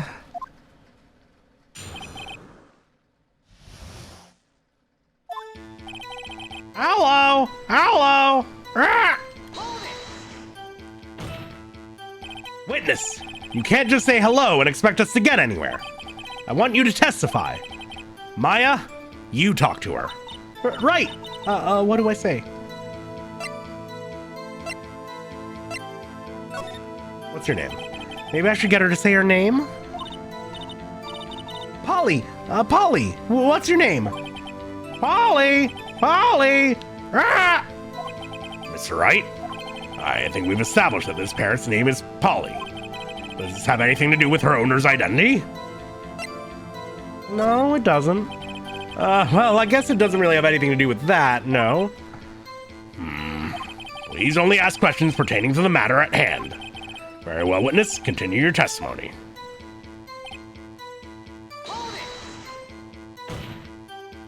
Witness, you're here to speak. You must speak to me. Frankly, I can't believe that you're speaking to the parrot. Well, I guess we should try to get some information out of her. We need to show the judge that her owner is Mr. Yogi. All right, so it is the safe. It is the safe that we got to ask about. Oh wait, no, have we forgotten something? Because the Polly responds talking about the DL6 incident. Yeah. As I recall, 2 days ago. Polly, have we forgotten something? Don't forget DL6. Yeah, that's it. I can get Polly to say that here. I will prove that the caretaker has something to do with DL6. Polly? Have we forgotten something? Come on. Hello. That's not what you're supposed to say. I forgot. Say something we forgot. Hello. Oh, it's not working, Nick. She won't say it. This is ridiculous. Why won't she say it? Disc. Something the matter, Mr. Wright? Oh my god, Von Karma got to the bird. Oh my god, Von Karma got to the bird! What did you bribe her with? How much bird seed is... Polly, how much bird seed is he offering you? I'll double it. Don't tell me Von Karma expected this.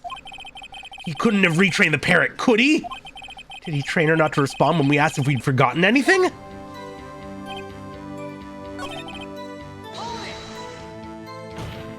Okay.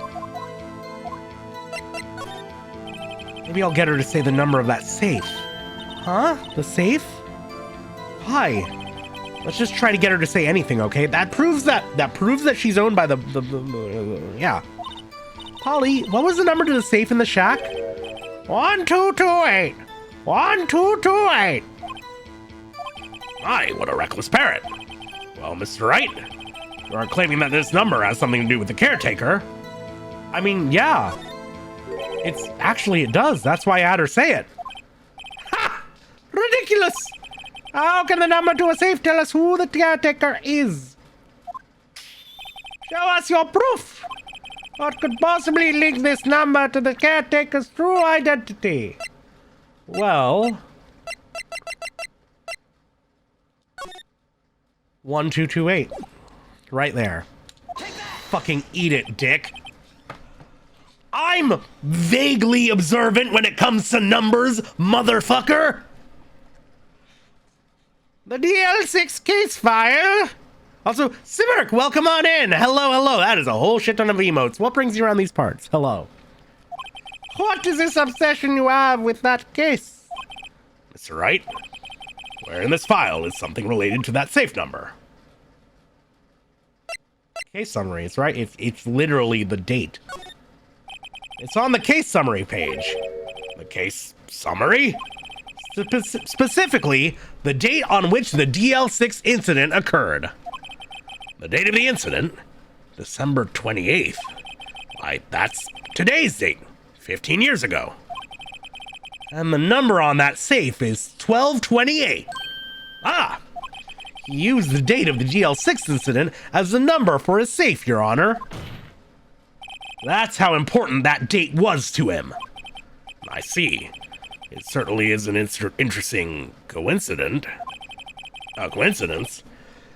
People often do set their secret numbers to dates. Ah! That is not tangible proof. I set my ATM card's number to 0001 because I'm number 1. And I have to change my ATM card now. This has nothing to do with the date. Nothing. Indeed. Alone, it is a little weak for evidence in a murder trial. We need some other corroborating evidence. Where am I going to find that? Nick, we're getting closer. One more. We can just find one more piece of evidence. Right, but what? Judge, call a recess now so I can call the bank. I've realized the error of my ways. Stenographer! Strike it from the record! Okay, the man Karma's about to be going after people for identity theft real quick. Very well, witness, you may continue.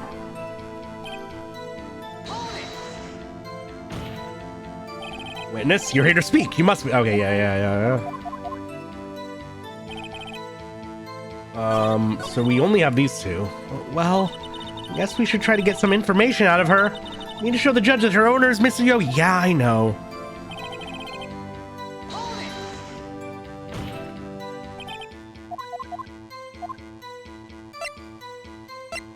Well, I only have these three options.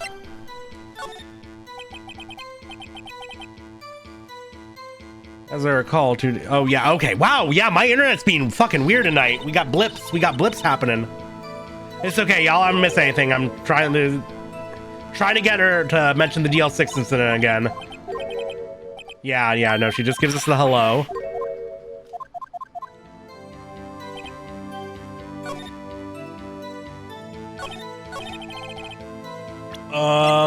What if I presented you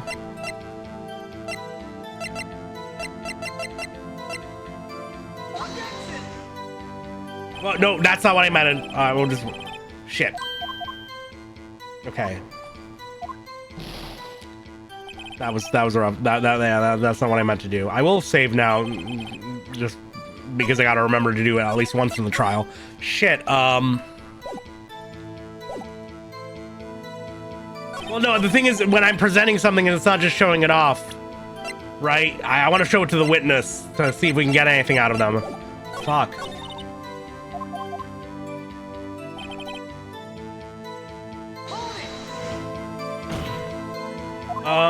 Okay, so do I do the safe number thing again?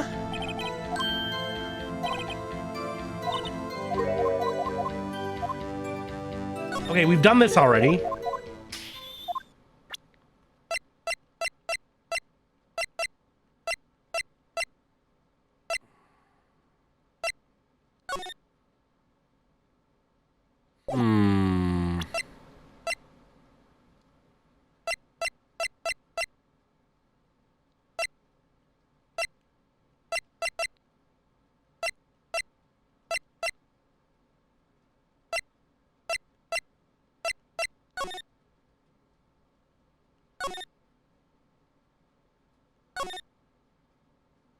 Yeah, this is the only... After his arrest, fiancée Polly Jenkins committed suicide.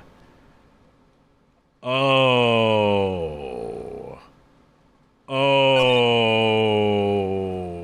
Oh, we never actually read this.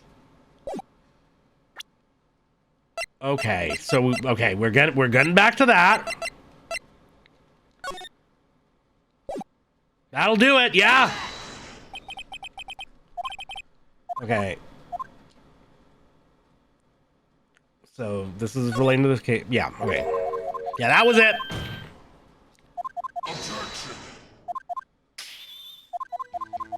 Okay.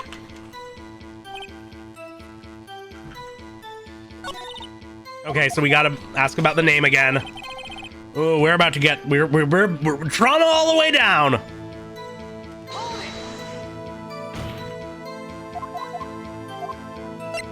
What's your name?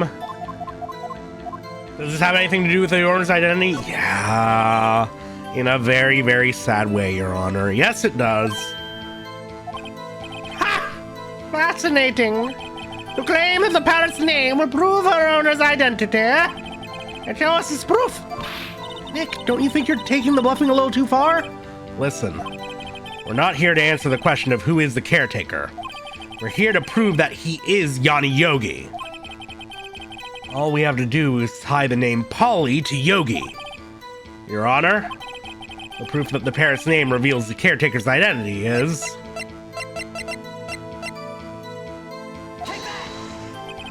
Yeah. The DL6 case file? That's quite a large file you have there. Which page is this proof on, then? Show us or stop wasting our time. Very well. Mr. Wright, please show us the page. Where in this file is the information connected to this parrot's name? It's on the suspect data page. This page has all the information about Yanni Yogi. Right after he was arrested, his fiancée committed suicide. See? Indeed, it does say that, yes. What was his fiancée's name? Polly Jenkins. Polly! Exactly, Your Honor. He wanted to remember the name of his fiancée who had committed suicide. That's why he named his parrot after her. I see. I guess that is possible. Ah! A mere coincidence, that's all. My granddaughter has a dog she calls Phoenix. Well, Mr. Phoenix, right? Does this make you my granddaughter's fiancé? She's only 7 years old. How do we know how old his granddaughter is? Wait, what? That's enough. I think we've reached a conclusion here. This is a mere coincidence. That's all. True, that is a possibility. However, two coincidences at the same time seems more like a pattern to me. What are you saying? Summon the caretaker of the boat shop. Immediately.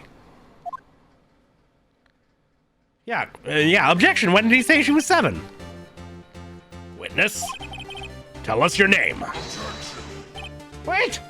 Yes, witness, he doesn't remember! No. It's okay. I've accomplished what I wanted to do. I'm done. Nick, he looks totally different. This is the real Yogi, I think. Finally. He's been acting feeble to hide his true identity. Acting for 15 years. Well, let me ask you again. Are you familiar with what perjury is? Please state your name for the court. My name is Yana Yogi. 15 years ago, I served as bailiff in this very court. Order! Yana Yogi. So it was you who killed Robert Hammond and tried to frame Miles Edgeworth for his death? Yes, it was me. I did it. They put me on the witness stand 15 years ago. Robert Hammond, you said I was mentally unsound. You told me it would make me innocent, get me off the hook. So, I pretended to have brain damage. I was innocent, really, but he didn't believe me. We won the trial, but I lost everything. I lost my job, my fiance, my social standing. And this year, 15 years later, a package arrived. It was a letter and a pistol. The plan was written out in careful detail. It was a plan for me to take my revenge on the people who ruined my life. I didn't care who sent it. I thought this was my chance. After 15 years, this was it. Finally, a chance to have my revenge on Robert Hammond and Miles Edgeworth. I have no regrets. Wait a moment. Revenge? Against Miles Edgeworth? What do you mean? I'm not at liberty to speak on that matter. Why don't you ask Mr. Edgeworth yourself? Anyway, I admit it. I was the one who killed Robert Hammond. Okay, so Edgeworth is innocent and we can just end the trial right now, right? There's no need to go into this for, like, motive and whatnot. A pistol in the mail? You know, good point. Von Karma. Where is Mr. Yogi? Under arrest, Your Honor. I saw no room for error in his confession. Then the defendant, Miles Edgeworth, is innocent. In this case, at least. Very well. Will the defendant please take the stand? There are a few mysteries left unsolved. Still, you are clear of suspicion for this particular case. So I would like to pass judgment on the murder of Robert Hammond. Any objections? We clenched, but he's letting us go. I don't believe it. Why isn't Von Karma saying anything? Very well. This court finds the defendant, Mr. Miles Edgeworth. Miles is going to interrupt, isn't he? Oh, wait, never mind. Oh, shit. Okay, hey! Hey! No way. What? That is all. This court is adjourned.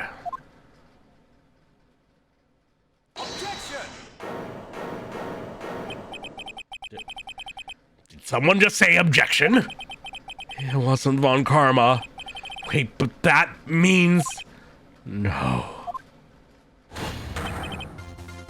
Edgeworth? Your Honor, I object to your judgment. What do you mean? I'm not innocent at all. As we have heard, Yana Yogi killed Robert Hammond in revenge. But revenge for what? Nick, Edgeworth is trying to confess. He's going to say he's guilty. He's going to tell them he was a murderer in the DL6 incident. He's going to tell them he killed his own dad. What do I do? Quick, Phoenix, kiss him, shut him up. I don't think that's an option. I gotta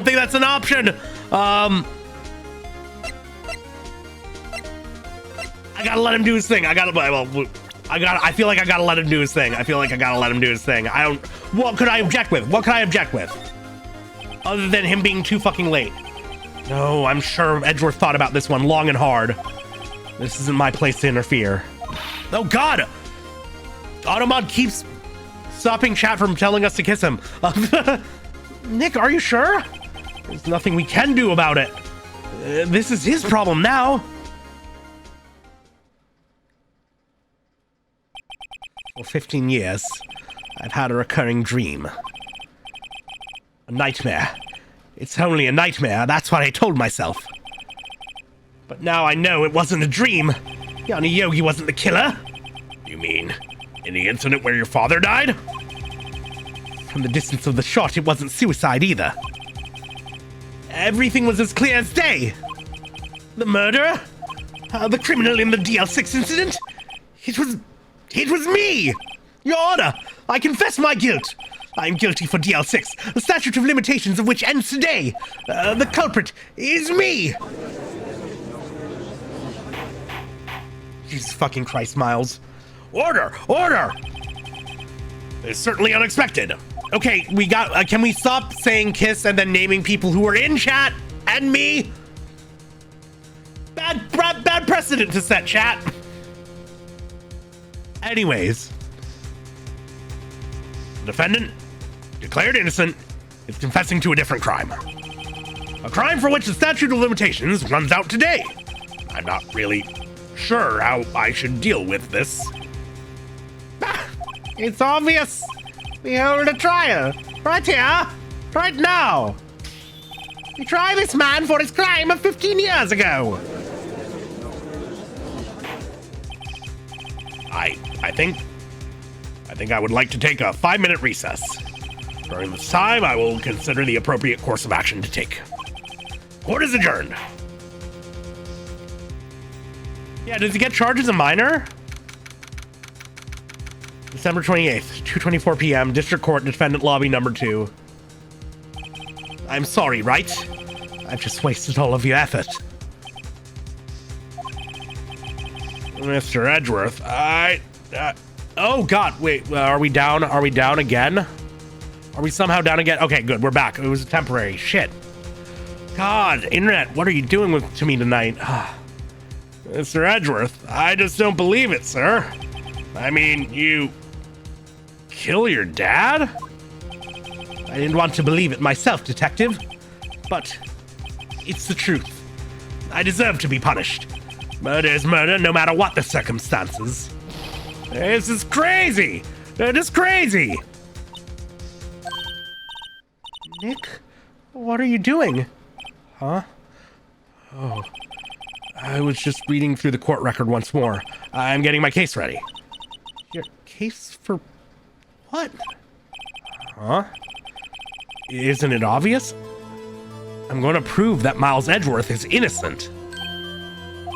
What are you talking about, pal? He just admitted to it. He confessed that he did it in court. I'm sorry, Edgeworth, but I don't believe your nightmare. What? It's just a dream. It's not real. The truth is right here in this court record. In any case, tighten your belts. The real fight is just beginning. I'll prove you're innocent. Trust me. Right.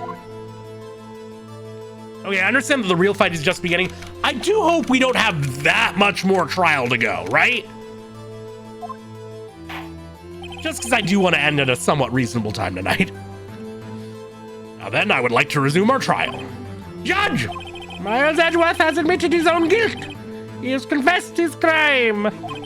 Let us begin by hearing his testimony. And though pointless, let the defense do their cross-examining. The statute of limitations on the DL6 incident runs out today. Though it's unconventional for me, I'd like to run this one by the book. I see. Does the defense have any objections? I know there's another episode after this. I'm saying I hope this ends this court case, right? At a somewhat reasonable time frame. No, Your Honor. On karma. You knew this was going to happen from the very beginning, didn't you? Very well. Miles Edgeworth takes the stand. We're going to do... Will the witness state his name and profession? Miles Edgeworth. I am a prosecuting attorney. Mr. Edgeworth! 15 years ago, you mistakenly killed your father, Gregory Edgeworth. Is this correct? It is correct. And testify about this matter to the court.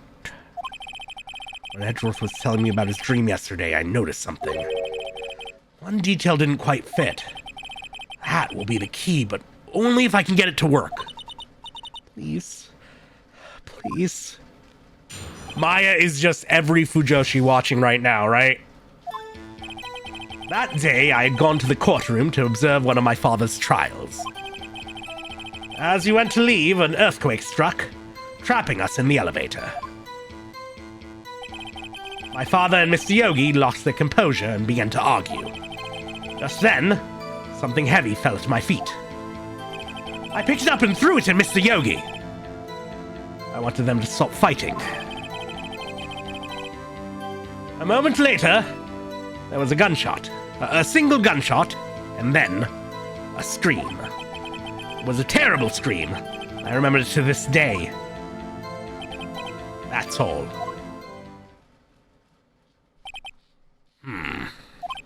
And until now, you thought this memory was a dream?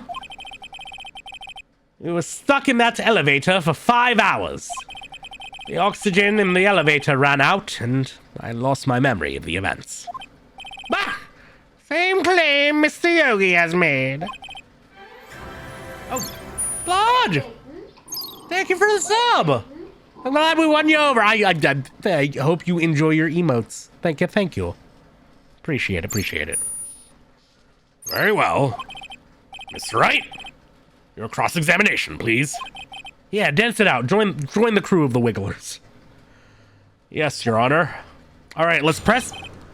Now, Edgy, I know you might not be used to this, but we're going to have to press you hard on this one. This bit took Tora an hour and 35 minutes to clear this bit. Oh, boy. From where we were just now, oh, boy. Fair enough. Long haul. That day, I had gone to the courtroom to observe one of my father's trials. As we went to leave, an earthquake struck, trapping us in the elevator. My father and Mr. Yogi lost the oh, wait. Gotta start pressing. What was the trial your father was involved in on that day? I don't remember things very clearly. Only 2 things. I know my father lost, and Mr. Von Karma was the prosecuting attorney. Mr. Von Karma? You were handling that case? It was 15 years ago. It was 15 years ago! I don't remember the details. That was when Edgeworth had pointed out the problem in Von Karma's evidence.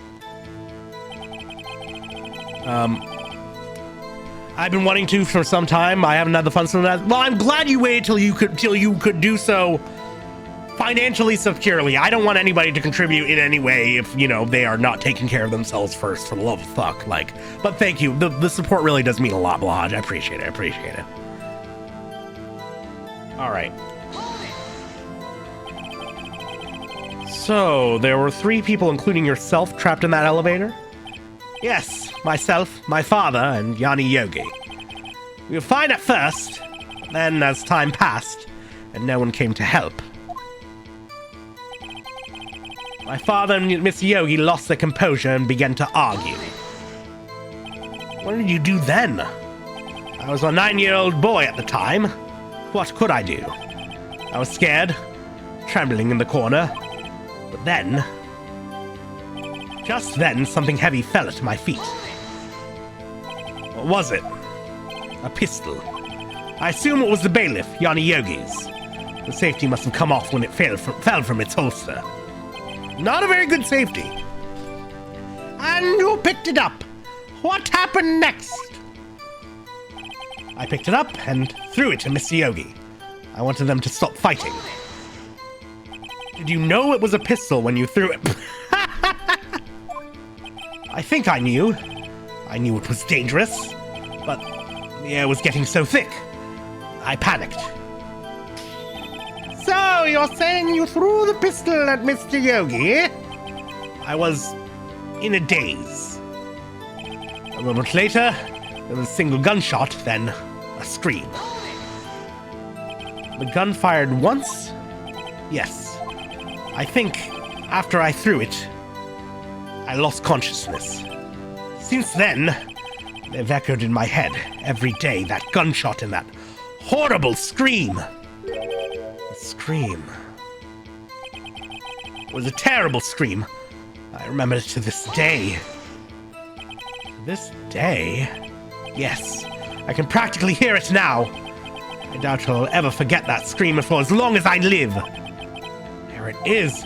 One part of that testimony clearly contradicts the evidence. I don't know what it means. I better find out and quick. What is... It's obviously the scream. We're putting a lot of emphasis on the scream.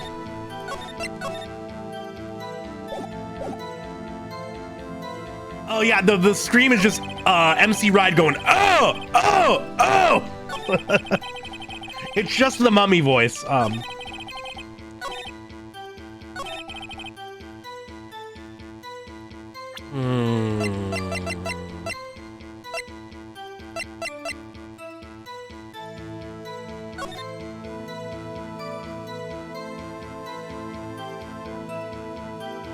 Here's the thing, though, is that, like, I see a bullet hole in the fucking window, right?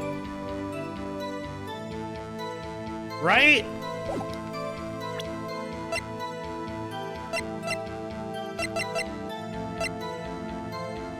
Near Edgeworth's heart.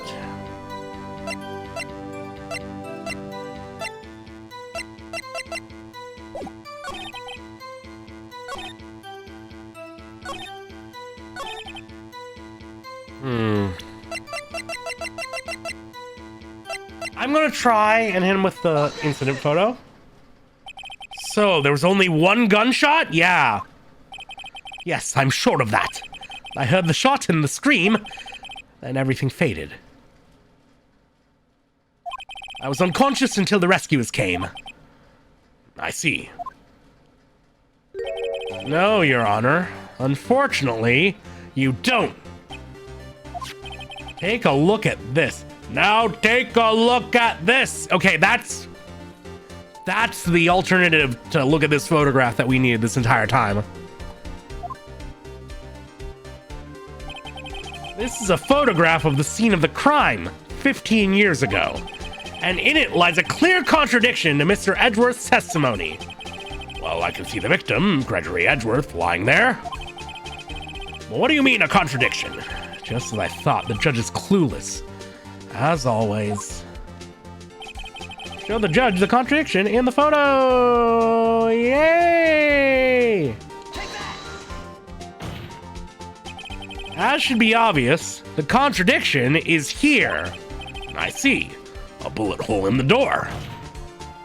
Your Honor, Miles Edgeworth testifies that there was only one gunshot. However, according to this photograph, not one but two shots were fired. One shot hit the victim, the other hit the elevator door. I ask you then, why did Miles Edgeworth only hear one gunshot? This photograph does seem to confirm a second shot. However, when was the hole in the elevator made? It might have been there before the incident occurred, but then how were they running out of oxygen? You idiot. If it was there before, it has nothing to do with this incident. Mr. Wright, you have proof that this bullet hole was caused at the time of the incident. Yeah. Your Honor, I think I will be able to show you proof. What? Impossible! Now, Mr. Von Karma, save your surprise for after you've seen the evidence. Very well, Mr. Wright. Show us your proof. What do you have that proves the bullet hole was in the door was related to this incident?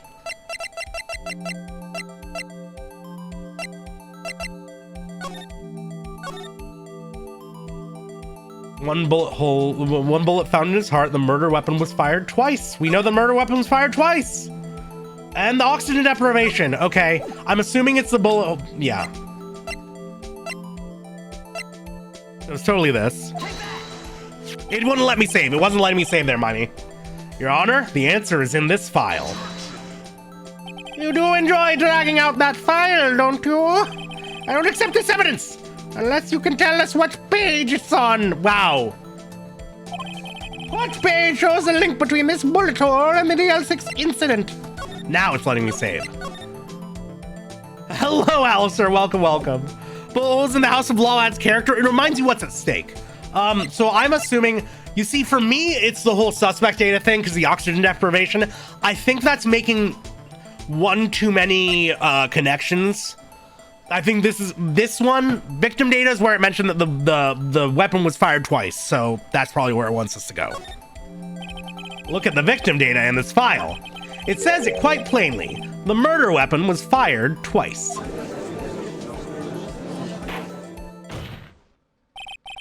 Miles Edgeworth only heard one gunshot, yet the murder weapon was fired twice. Order! Order! Mr. Wright, what are you driving at? It's simple, Your Honor. At the time of the incident, 2 shots were fired. One went into Gregory Edgeworth's heart, the other hit the elevator door. Remember that the defendant lost consciousness after the shot he fired rang out. In conclusion, we must agree that the second shot was fired by someone else. Well, Mr. Wright, but who could that someone else be? The murderer, of course. I knew I should have stepped in before your wild fantasies got out of hand. Mr. Wright! Look once more at the DL6 incident case file. Look closely. Try the case summary page. The case summary? That's on page 1. Look what is written there. Not a single clue was found on the scene. If the pistol had indeed been fired 2 times, then the other bullet would have been discovered on the scene. He does have a point. That second bullet has never been found. Why? Because the second bullet does not exist. Then how was the weapon fired twice? The bullet that claimed Gregory Edgeworth's life was the one fired by his own son. That is the truth of this matter. The whole truth. It was undoubtedly something else that made that bullet hole in the door. Order! I will have order! Mr. Wright has proven one thing to us quite clearly. That the murder weapon was fired twice at the time of the incident. However, as Mr. Von Karma says, the second bullet fired was not found. It is highly unlikely that the police merely overlooked the second bullet. So all we have is a single bullet fired. I'm afraid I have to discount the defense's claim. Disc. I praise the judge for his wisdom in this matter. Yeah, how did this happen? I don't believe that the second bullet didn't exist. Was I wrong? Have I been wrong about this whole incident? What are you doing, Nick? Why are you raising an objection? I'm sorry, Maya. What? It looks like I was wrong. Nick? If the second bullet wasn't there, then all my conjectures are for nothing. No. Well, you said you'd do it, Nick. You said you'd get Edgeworth declared innocent. I'm sorry. It's just, when I saw the photograph, I thought that 2 shots had been fired. I was so certain of it, I thought I'd won. I thought there was another person, someone else who fired the killing shot. But now, I was wrong to think it could be that simple. This case has stood unsolved for 15 years. Nick. Also, Marion, I'm glad you're liking the rolling the R's. I try and pick my spots with them, but like, sometimes you want to really luxuriate in those consonants, right? Well, it seems we have finally cleared up this incident. Only 1 bullet was found at the scene of the crime. That shot was fired by Miles Edgeworth. Precisely. would like to ask one thing of Miles Edgeworth before passing my verdict. Have you been paying attention to the trial so far? Yes, Your Honor. Do you have any objections? No. No, I do not. So, you killed your father, though that was not your intention. You didn't see that evidence again, sure.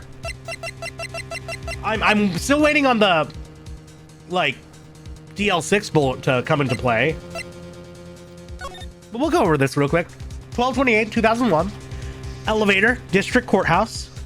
Air in elevator was oxygen depleted at the time of incident. No clues found on scene. Victim data. Gregory Edgeworth, age 35. Defense attorney. Trapped in elevator, returning from a lost trial with son, Miles Edgeworth, age 9. 1 bullet found in heart. The murder weapon was fired twice. Yanni Yogi, age 37. Court bailiff. Trapped in elevator with the Edgeworths. Memory loss due to oxygen deprivation. After his arrest, fiancée Polly Jenkins declared suicide. What is your bullet then? That's what I'm... That's... Oh... This is not from the DL6 incident. This is from the first trial. This is from the Gordy case. I still think that, like, oxygen deprivation kind of goes out the window when you're shooting holes in the elevator, I think. Maybe not. I doubt that elevator was actually airtight before the holes were shot in it, but it's worth bringing up at least. So, you killed your father, though that was not your intention? Yes, I did.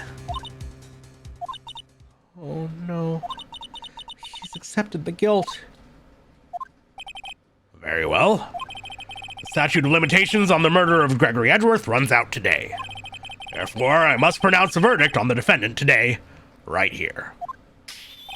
Right now! Indeed. Does anyone have any objections? I've been here before. It's just like my first day in court. We'll save. There are so many things I know I should be saying, but my mind's gone blank. I can't find the words. That's right. I have an objection. Oh. Wow, we are blippy today. We're blippy. It should be back, though, hopefully. Okay. Your Honor? Wait. I object. Disc. Mr. Wright, on what grounds do you object? Nick? I don't know. His case is perfect. It really isn't. Oh no. It must exist. Second bullet. What? What did you just say? No, nothing. The second bullet must exist. Where? Someone took it. It seems waiting is not going to produce us any answers from Mr. Wright. Wait, Your Honor. The second bullet. It existed. What? But we've just heard proof that it did not exist. Well, no, we know that there was a second shot fired. I realize that, Your Honor. I'm really grasping here.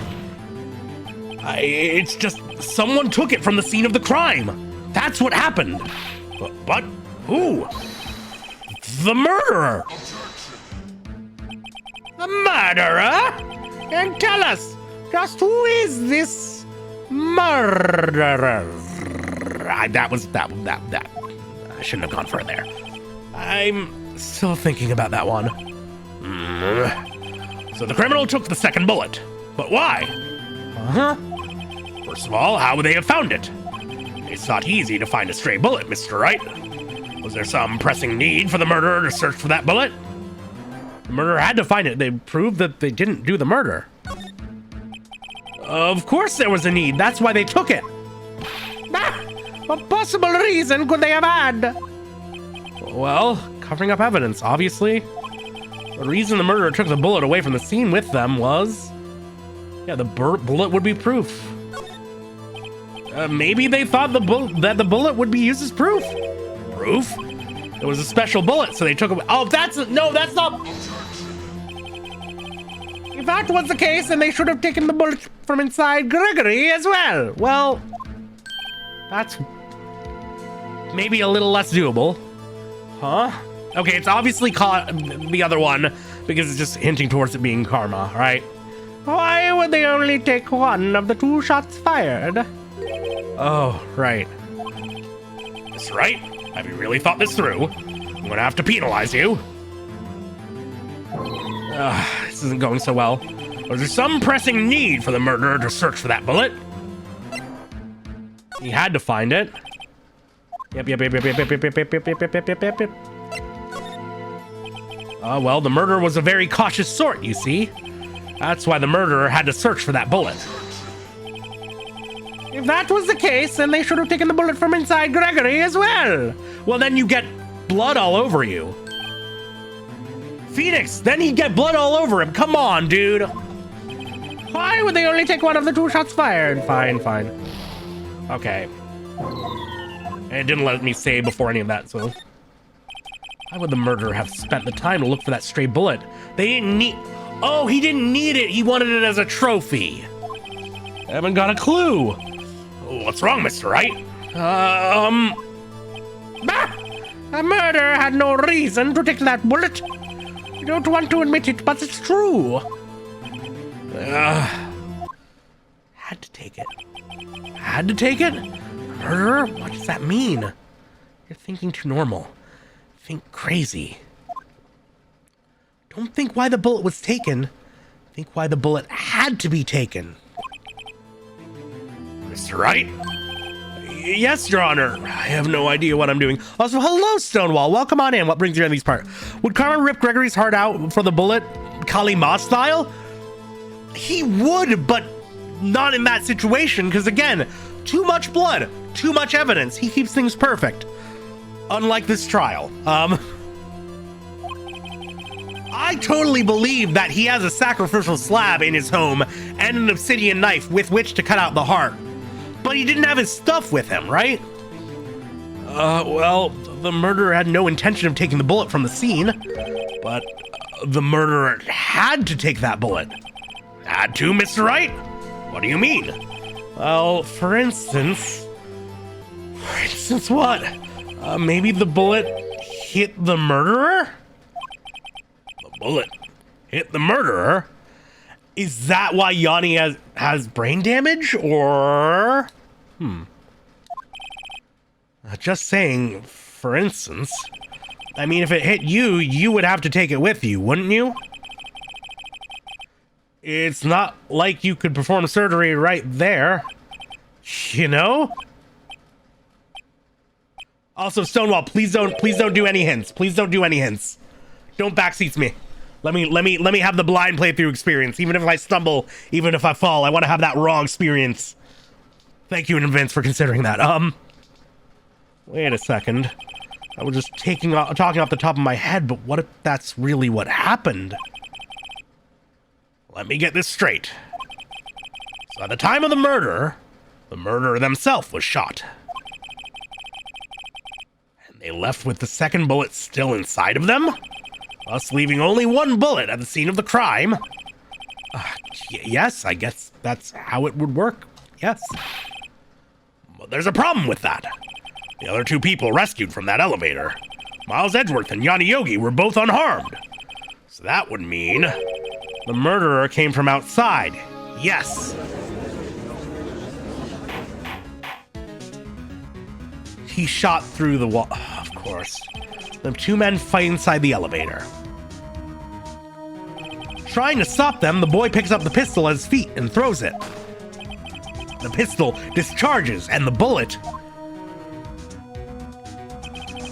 goes through the elevator door and hits the murderer outside. The boy loses consciousness. Then the murderer opens the elevator door and sees the men inside.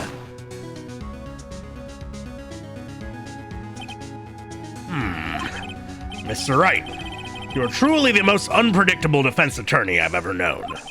I can tell you're grasping, yet I cannot deny the possibility of what you say. What are you saying? Deny it! Deny it! No one involved with the incident was wounded. There was no murderer. No one was wounded at the time of the incident. He's right, I can't think of anyone. Hey, Nick. Huh? I just thought of something really crazy. Crazy? Remember what Mr. Grossberg said yesterday? Gregory Edgeworth dealt a blow to his perfect try record. You see, Stonewall, the game was going to tell us anyway, you see? Wow. It must have been quite a shock for Von Karma. He took a vacation for several months after that, you see. Yes, an unusual event for the man. That was the first and the last vacation he's taken in his many years of prosecuting. Von Karma didn't take that vacation because of shock, but took it because he was injured, which would mean... It could only mean one thing. He was the murderer in the DL6 incident.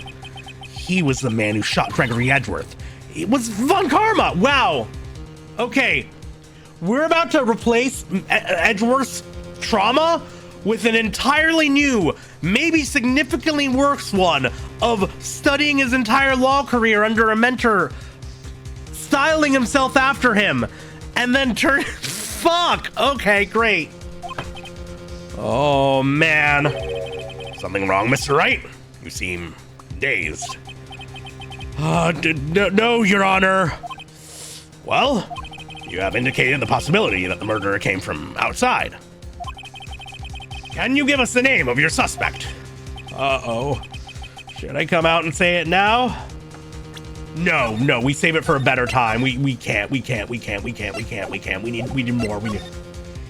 Wait, I don't have enough proof yet. This is my trump card. I had better save it for the right time. Mr. Wright, something the matter? I'm fine, Your Honor. Disc.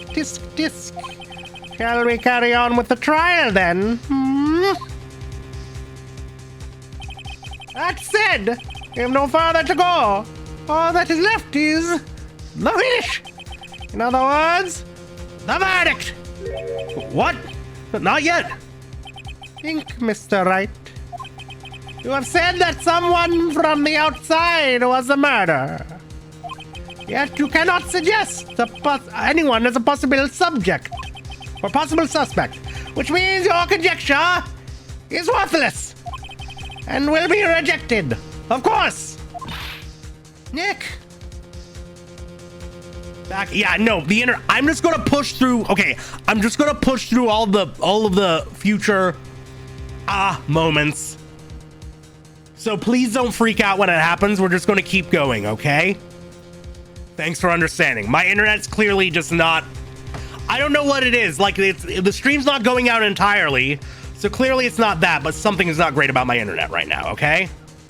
We're good? We're pushing through. Anyways, Nick. Now's no time to be holding on to that trump card. The trial's almost over. All right, I may not know what I'm doing, but here goes.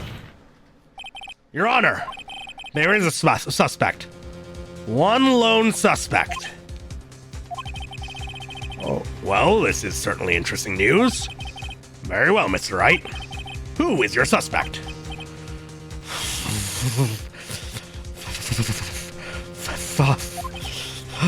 My hands are shaking. What? Von Karma! Von Karma? Oh, the smirk. Oh, he anticipated this. You mean the Von Karma? The prosecutor? The one standing right over there? Ah! You don't object? I see no need. Why honor this ridiculous outburst with my objection? Because you took a vacation for several months starting the day after the incident. Yet you pride yourself on a perfect record. Why would you take such a long vacation without any reason? So you're claiming that I took a vacation to heal my injury from the incident? Fascinating! Prove it. I would have needed surgery, no? Where did I go under the knife at, Mr. Wright? Bring the doctor that operated on me. Have him testify. Nick, let's find out whose doctor is. It's no use. Edgeworth?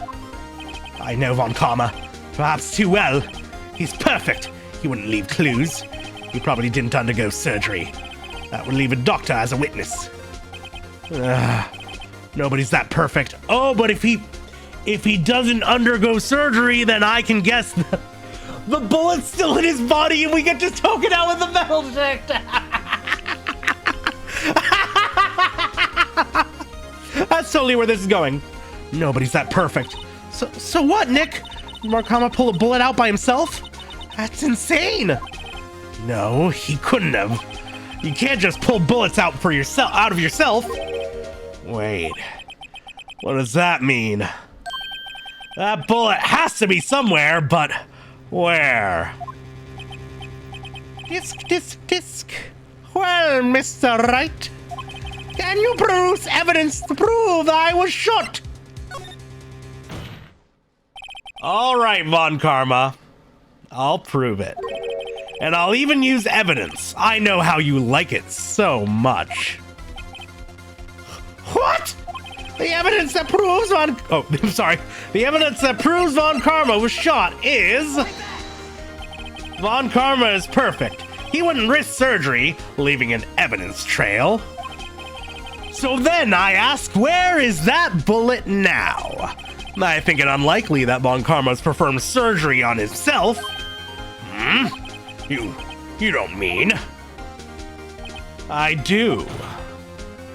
There is the possibility that the bullet is still inside Von Karma. You tell me to save me. I know what I'm doing. Is that even possible for all these years? Well, there's one way to find out.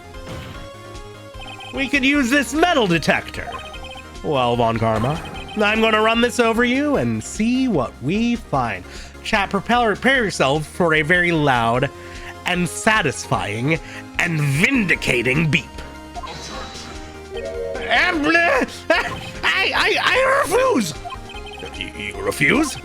But refusing this means... You acknowledge that the bullet is still inside you? Order! Your Honor, the defense requests that we be allowed to use the metal detector. Judge, I call for a suspension of this trial. This is an invasion of privacy. The statute of limitations runs out on this case today. It was you who said we had to end it right here, right now. Enough! I permit the use of the metal detector. Mr. Von Karma, you will submit yourself to testing. Nick, what does this mean? I don't know, but we have to give it a shot.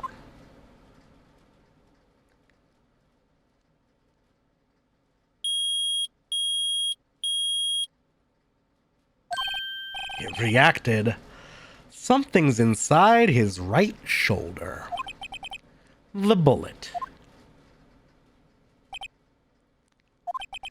Mr. Von Karma? You. It was you! I was afraid this would happen, and so I remained silent. Indeed, there is a bullet in my shoulder. However, there's nothing to do with this incident. What? I was shot in the shoulder long before the DL6 incident. I claim that the bullet in my shoulder has no relation to DL6. Well, let's just get it out of there and compare it to the one that we have. But Mr. Von Karma, can you prove that? Prove? I have no obligation to prove anything. You kinda do. It is Mr. Wright who should prove something here, not I. Mr. Wright? Well, can you prove it? Can you prove that the bullet in Von Karma's shoulder was from DL6? Of course he can't. You don't have any of the DL6 evidence. That's because you took it out of the records room yesterday. With no proof, you cannot convict me of any crime. So sorry, Mr. Wright. No. I'm the one who's sorry, Mr. Von Karma. What? You were close. 1 day away from freedom. But, you see, I have proof.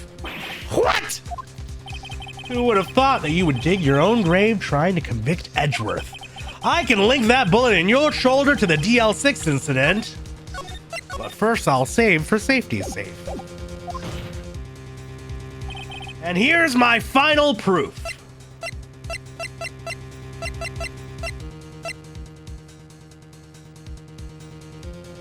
Is the idea that this hasn't come into play yet, so it's got to come into play now.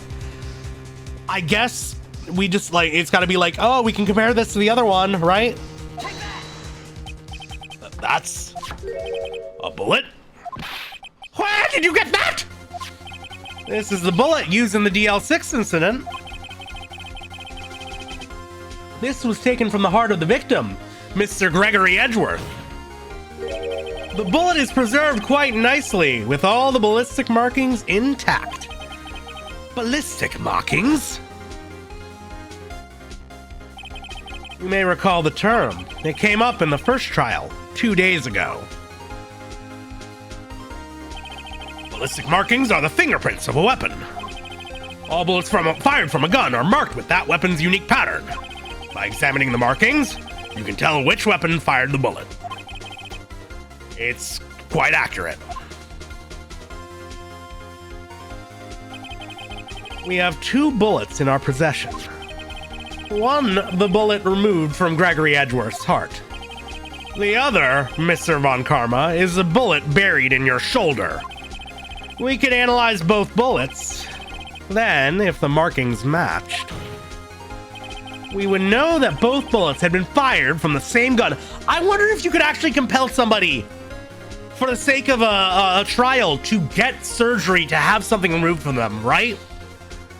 Theoretically, that could have all sorts of health complications and risks associated with it, but okay, I'll take it. The very same pistol. In other words, the murder weapon that killed Gregory Edgeworth. Mr. Von Karma, you will let us remove the bullet from your shoulder. Wait, actually, wait a second. Wait a second. I thought... Are we saying that Von Karma got into the elevator after he was shot? And because I thought that the bullet that's in Von Karma would have been from the gun that Miles threw, which is the bailiff's gun. So that same gun would have had to be used to shoot Gregory. Right? Right? Then we'll compare the ballistic markings to those on this bullet and solve this case once and for all. Well, Mr. Von Karma?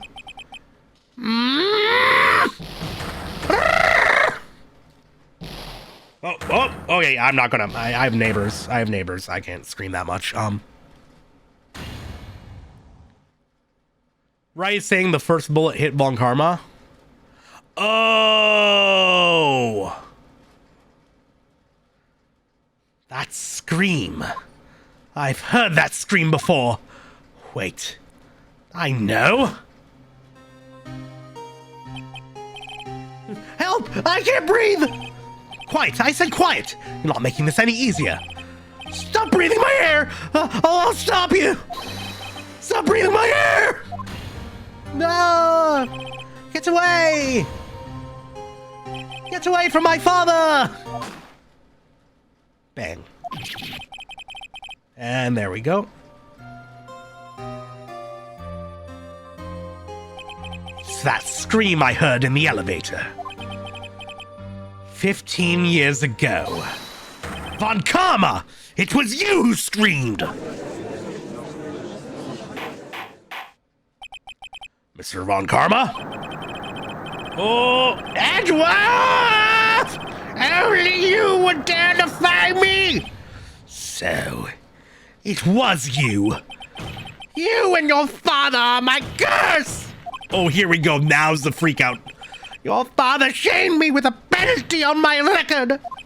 And you left a scar on my shoulder that would never fade. I'll bury you. I'll bury you with my bare hands. Death, death. 15 years earlier. Chief Prosecutor, I am sorry. Well, Karma, it's not like you to make this kind of error. I never would have thought that Edgeworth would be the one to catch you. I was careless. I'm sorry, but you will have to be penalized. I've covered for you in the past, but not this time. Oh, so there are other incidents that you're aware of, is what I'm getting. Edgeworth! It was a shock like none I'd ever known. Me? Penalized? It took hours for me to regain my composure. Suddenly, I found myself in the darkness. I was in the court records room. I must have wandered in there without thinking where I was going. The room was pitch black. The lights must have gone out. I went out into the hall and felt my way to the elevator. I pressed the button, but nothing happened. Then there was a noise. I was in pain, a horrible burning pain in my shoulder. Just then, the lights came back on. The elevator door opened before my eyes. I saw 3 people inside, all lying unconscious from oxygen deprivation. Much to my surprise, a pistol lay at my feet. I mean, the gunshot had to come from somewhere, buddy.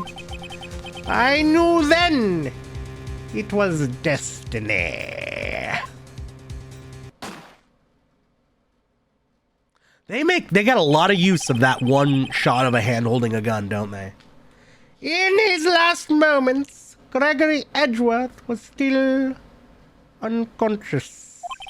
He died, never knowing who had shot him. Later, he spoke through a medium, blaming Mr. Yogi. He was fooled. It was the perfect crime. Tisk, tisk, tisk. Who would have thought another man would have come to open that elevator door? Judge! What? What are you doing? Do a job! Bring an end to this miserable charade! Now! End it! Very well.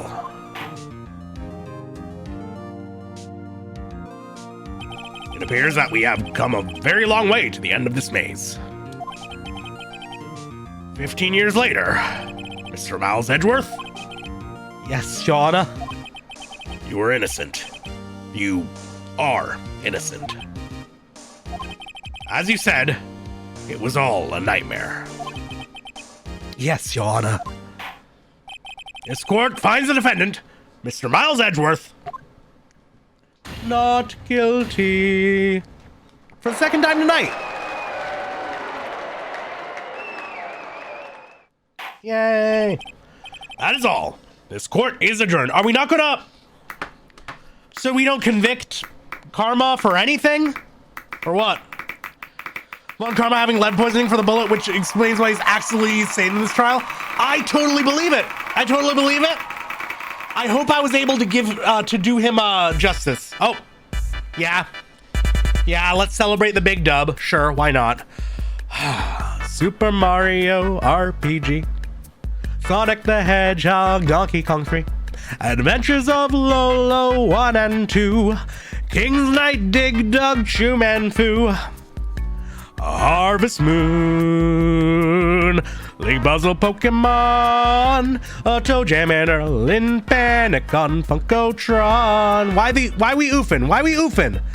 Castlevania, Fatal Fury, Ninja Jaja, Maru Kunak, Razor Blazing, Lasers Based, Loaded Mega Turrican, Cybernator, Rolling Thunder, Dynastic Hero, Bubble Bobble, Double Dribble, Double Dragon, F-Zero. Why all that sucks, man? F-Zero X.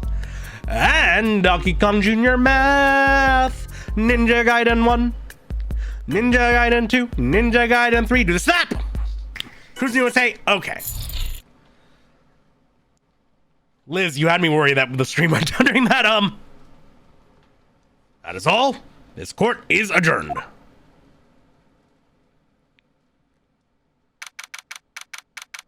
We shot last second right at the end. No, why? Nothing to be sorry about. That was a good way to round out the trial. I'm glad it happened at a time when there was no background music in game.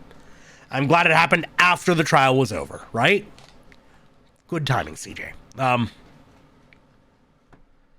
December 28th, 5:38 p.m.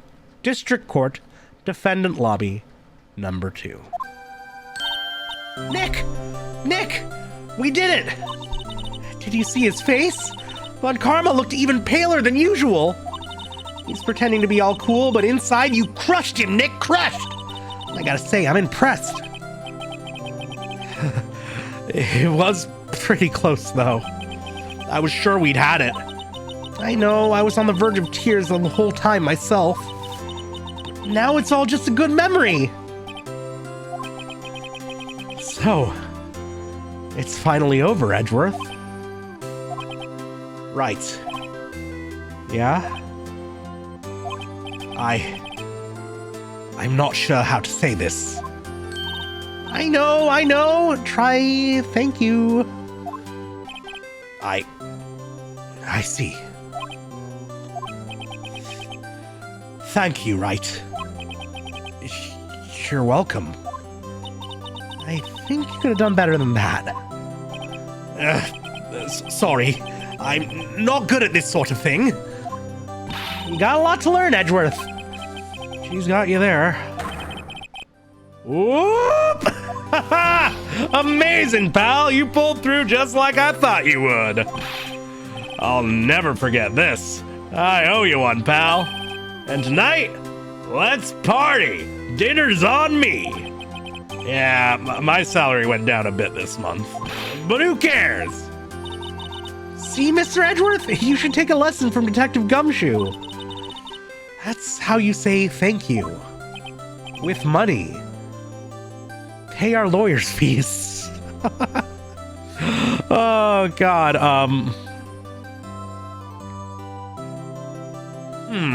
I see. Whoop! I feel foolish. Don't worry, take it a little at a time. You'll get used to it. It's been 15 years since I've seen Edgeworth this unguarded. Hey, y'all! Oh, you're here too, sure. Lotta! Y'all were great in there. Thank you. Yo, Edgeworth, congrats! Thank y'all very much. I knew you were innocent from the start, of course. Just look at you. You wouldn't stick your hand in the cookie jar even if no one was there. You were the witness on the first day of the trial, weren't you? Yeah, well, let bygones be bygones, eh? Speaking of which, what are you doing now, Lotta? Who, me? Oh, I went back to college. It's been like a day, Lotta. I gave up trying to be an investigative reporter pretty quick. Really? That's too bad. Huh? You that the hot dog guy from the park? Huh? It's over, Nick. My life is over. Oh, you lost Keonce, didn't you? Why the sad face, Larry? What happened now? Oh, Nick, I'm not long for this world. You don't look sick. It's Keonce. She's gonna live in Paris. Paris, Nick. She's leaving me behind. Should have seen that coming. Yo, Edgy, there you are. Oh, he's moved on immediately. Yes, here I am. Congrats, Edgy. Here, a little gift from me in celebration. Celebration? That's unusual for you. Harry Butts, you come along tonight too. My treat, pal. Huh? Thanks. Looking forward to it. Yo, Nick! That's the suit that questioned me. When he says treat, that's not police talk for prison food, right? Right? I think you'll be fine, Larry. Right. Yeah? What's up? That envelope that Larry gave me. It's got money in it. Well, yeah, it's not that strange. People give money away to celebrate sometimes. It's $38, right? Oh! Huh. What a weird amount. I mean, it's not a little, but it's not a lot either. 38 exactly? Nick? Wasn't that exactly the amount of lunch money that was stolen away from Mr. Edgeworth in school? 38. No. No. Larry, it was you! What are you so surprised about, right? Huh? Larry's absent that day from school, right? Well, that doesn't automatically rule him out as a suspect. What? Think back to that day, 15 years ago. I thought you didn't remember it that well, Edgeworth. Larry took the day off, but he was bored, so he came into school anyway. Fucking who? The least believable thing I've seen this entire game. Then he saw the money lying there. And the rest is history. I never was good at history. Edgeworth, you didn't know, did you? I suspected. I just couldn't picture Larry protecting you like he did that day. Everyone else was saying you did it. The whole class was against you, remember? Yeah. Too well. Right? You may not know this, but we used to have a saying back in school. When something smells, it's usually the butts. I know. Really, right? I'm surprised you didn't figure it out. Well, it sure is an unexpected turn of events, huh? Edgeworth. You should have told me. Now, Nick, it was 15 years ago. Don't you think the statute of limitations has run out, Mr. Edgeworth? I'd say so. Yes. There you have it. Where does that leave me? I became a defense attorney because of what you two did. Well, you have always been something of an insufferable emotionalist. Yeah, and you get worked up too easily, too. The death sentence for both of you. And if only I'd known, I'd become a prosecutor. The saying goes for me, only the other way around. For the longest time, I thought I might have killed my own father. I thought I might be a criminal. I became a prosecutor in part to punish myself. If I had known the truth, I might have become a defense attorney after all. Edgeworth? Yeah, first of all, it's not too late. Want to switch, right? Hey, y'all! Line up, I'll take a photo. I also like the idea of, like, want to switch? Like, no, there must always be an equal amount of defense and prosecution attorneys.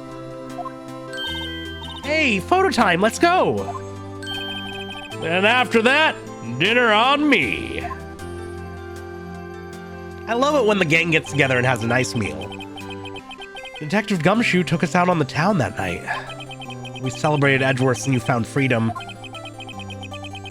Even though Edgeworth himself was still in detention. December 29th, 5:02 a.m. Wright and Co. Law Office. Why are you not only up at work, up that early, but at work that early? Oh, I went a little overboard yesterday. Oh, my head hurts. It's still only 5. Maybe I should go back to sleep. What's this? Letter? Don't leave us, Maya, no! Actually, she has to do her training. You better be back for Phoenix Wright too!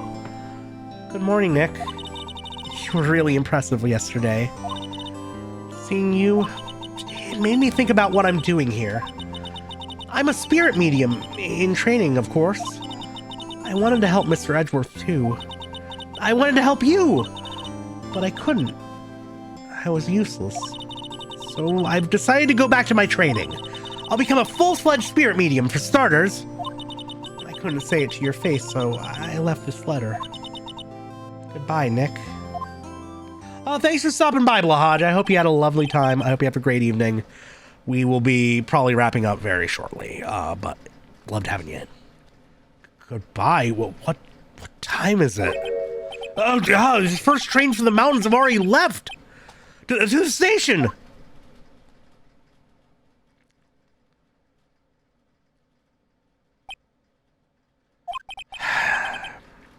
Guess I'm too late. Hey! Oh! Nick! Maya! Oh. So, you're leaving? Yeah. It's hard being a spirit medium who can't talk to spirits. And I think you'll do fine without me, Nick. Be good. Okay? Yeah! Wait! What? I never could have saved Edgeworth without your help. Huh? On the last day of the trial, I heard her. I heard Mia's voice. Also the bullet that you got from Von Karma that was the final decisive piece of evidence that we needed. You heard my sister? Yes. Only her voice, but still. It was at the very end when I thought we'd lost everything. Well, that's my sister for you. Detective Gumshoe helped, and Mr. Grossberg, and even Larry. I'm the only one who couldn't help. I was useless, Nick. But you were the one who stopped Von Karma, Maya. Huh? I didn't do anything. All I did was wander around in a daze. Sorry, but I have evidence that you helped. Evidence? Show Maya some evidence to cheer her up. I mean, for the road. Huh? Sorry, Nick. I guess I don't understand. Oh, no, I think about it. I don't understand this evidence either. It's okay. You don't have to try and cheer me up. No, wait. Let me give it a try. But one day I'll come back and be useful. I should have saved. Ah, that's on me. That's on me, and I deserved it. I deserve it. So, this is it. See you soon, Maya. Aww. Thanks, Nick. Yeah, big 07s in chat for Maya. And so my story ends. Time to turn a new page. Say goodbye to the novice defense attorney that I once was. Now a new story begins. With the same old crazy cast of characters.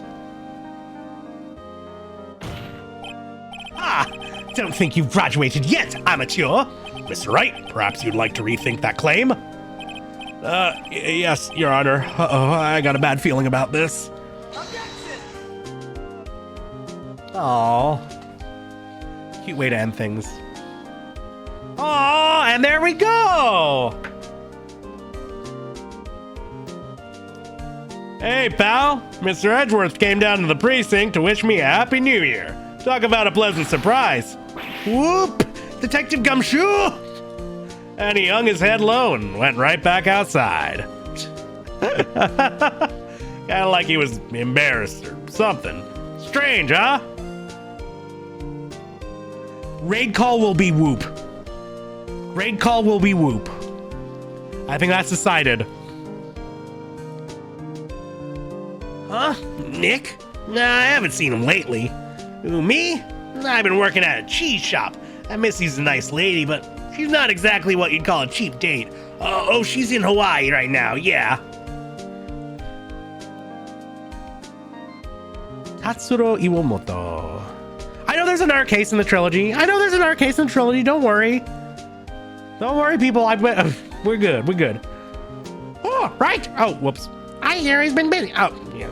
You know, not to ring my own bell, but I sort of taught him everything he knows. I'm sure he's grateful. In a DS case. I wonder if it'll change up how the like screen looks for it or something. There's like any formatting change. Phoenix Wright? The defense attorney for whom I wrote that affidavit for, yes. Oh, you should know, I've taken over management of the Gatewater Hotel recently. Should you be in the area, please stop by. This is gonna be fun because it's just gonna be me struggling to remember how I voiced any of these characters.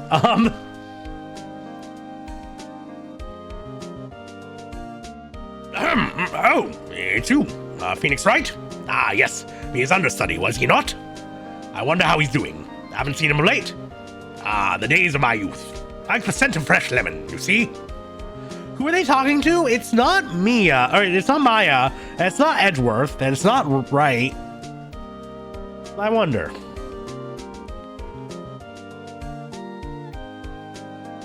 Phoenix Wright? Is he an actor? Well, I'm not buying it. You can't be a star with a name like Phoenix. Did you know that DVD, everything they say there, Dave? Yeah, I'm not catching up with that. Atsushi Mori did a fucking great job on the sound effects on this one. Holy shit. I'm pleased to announce that the Pink Princess is a hit. I sure owe that Mr. Wright a great deal. Oh, and I'm keeping my face out of the public eye till the show's over. I wouldn't want to ruin any kid's dreams, you know.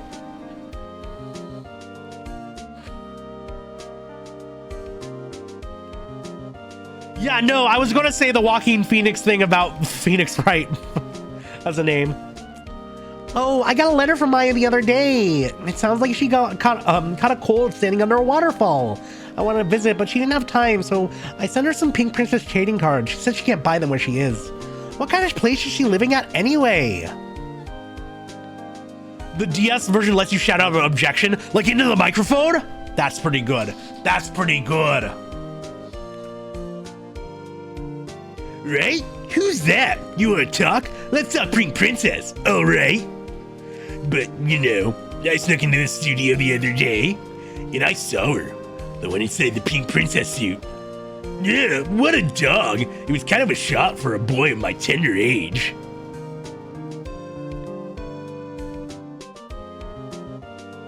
Yeah, DS had a mic. So did the Wii U. Because it was a good console. Yeah, I remember, right? Loiga? Me? I'm trained to become a paranormal photographer. You know that picture I took of everyone? Well, just behind there's a ghost. For real. Now that's talent. I'm gonna be famous. Oh my god, is Mia in the photo? Is Mia in the photo? Oh, Mia better be in the photo. That would be so cute.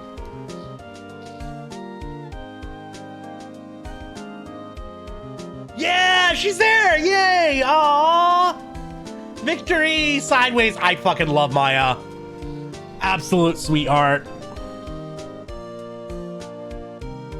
Yeah, Capcom. Yay, yeah. Oh. Ooh! I've seen this character before, but I have no idea what her deal is. It looks like Maya. Maybe this is a slightly grown up Maya. I guess we'll find out next Sunday.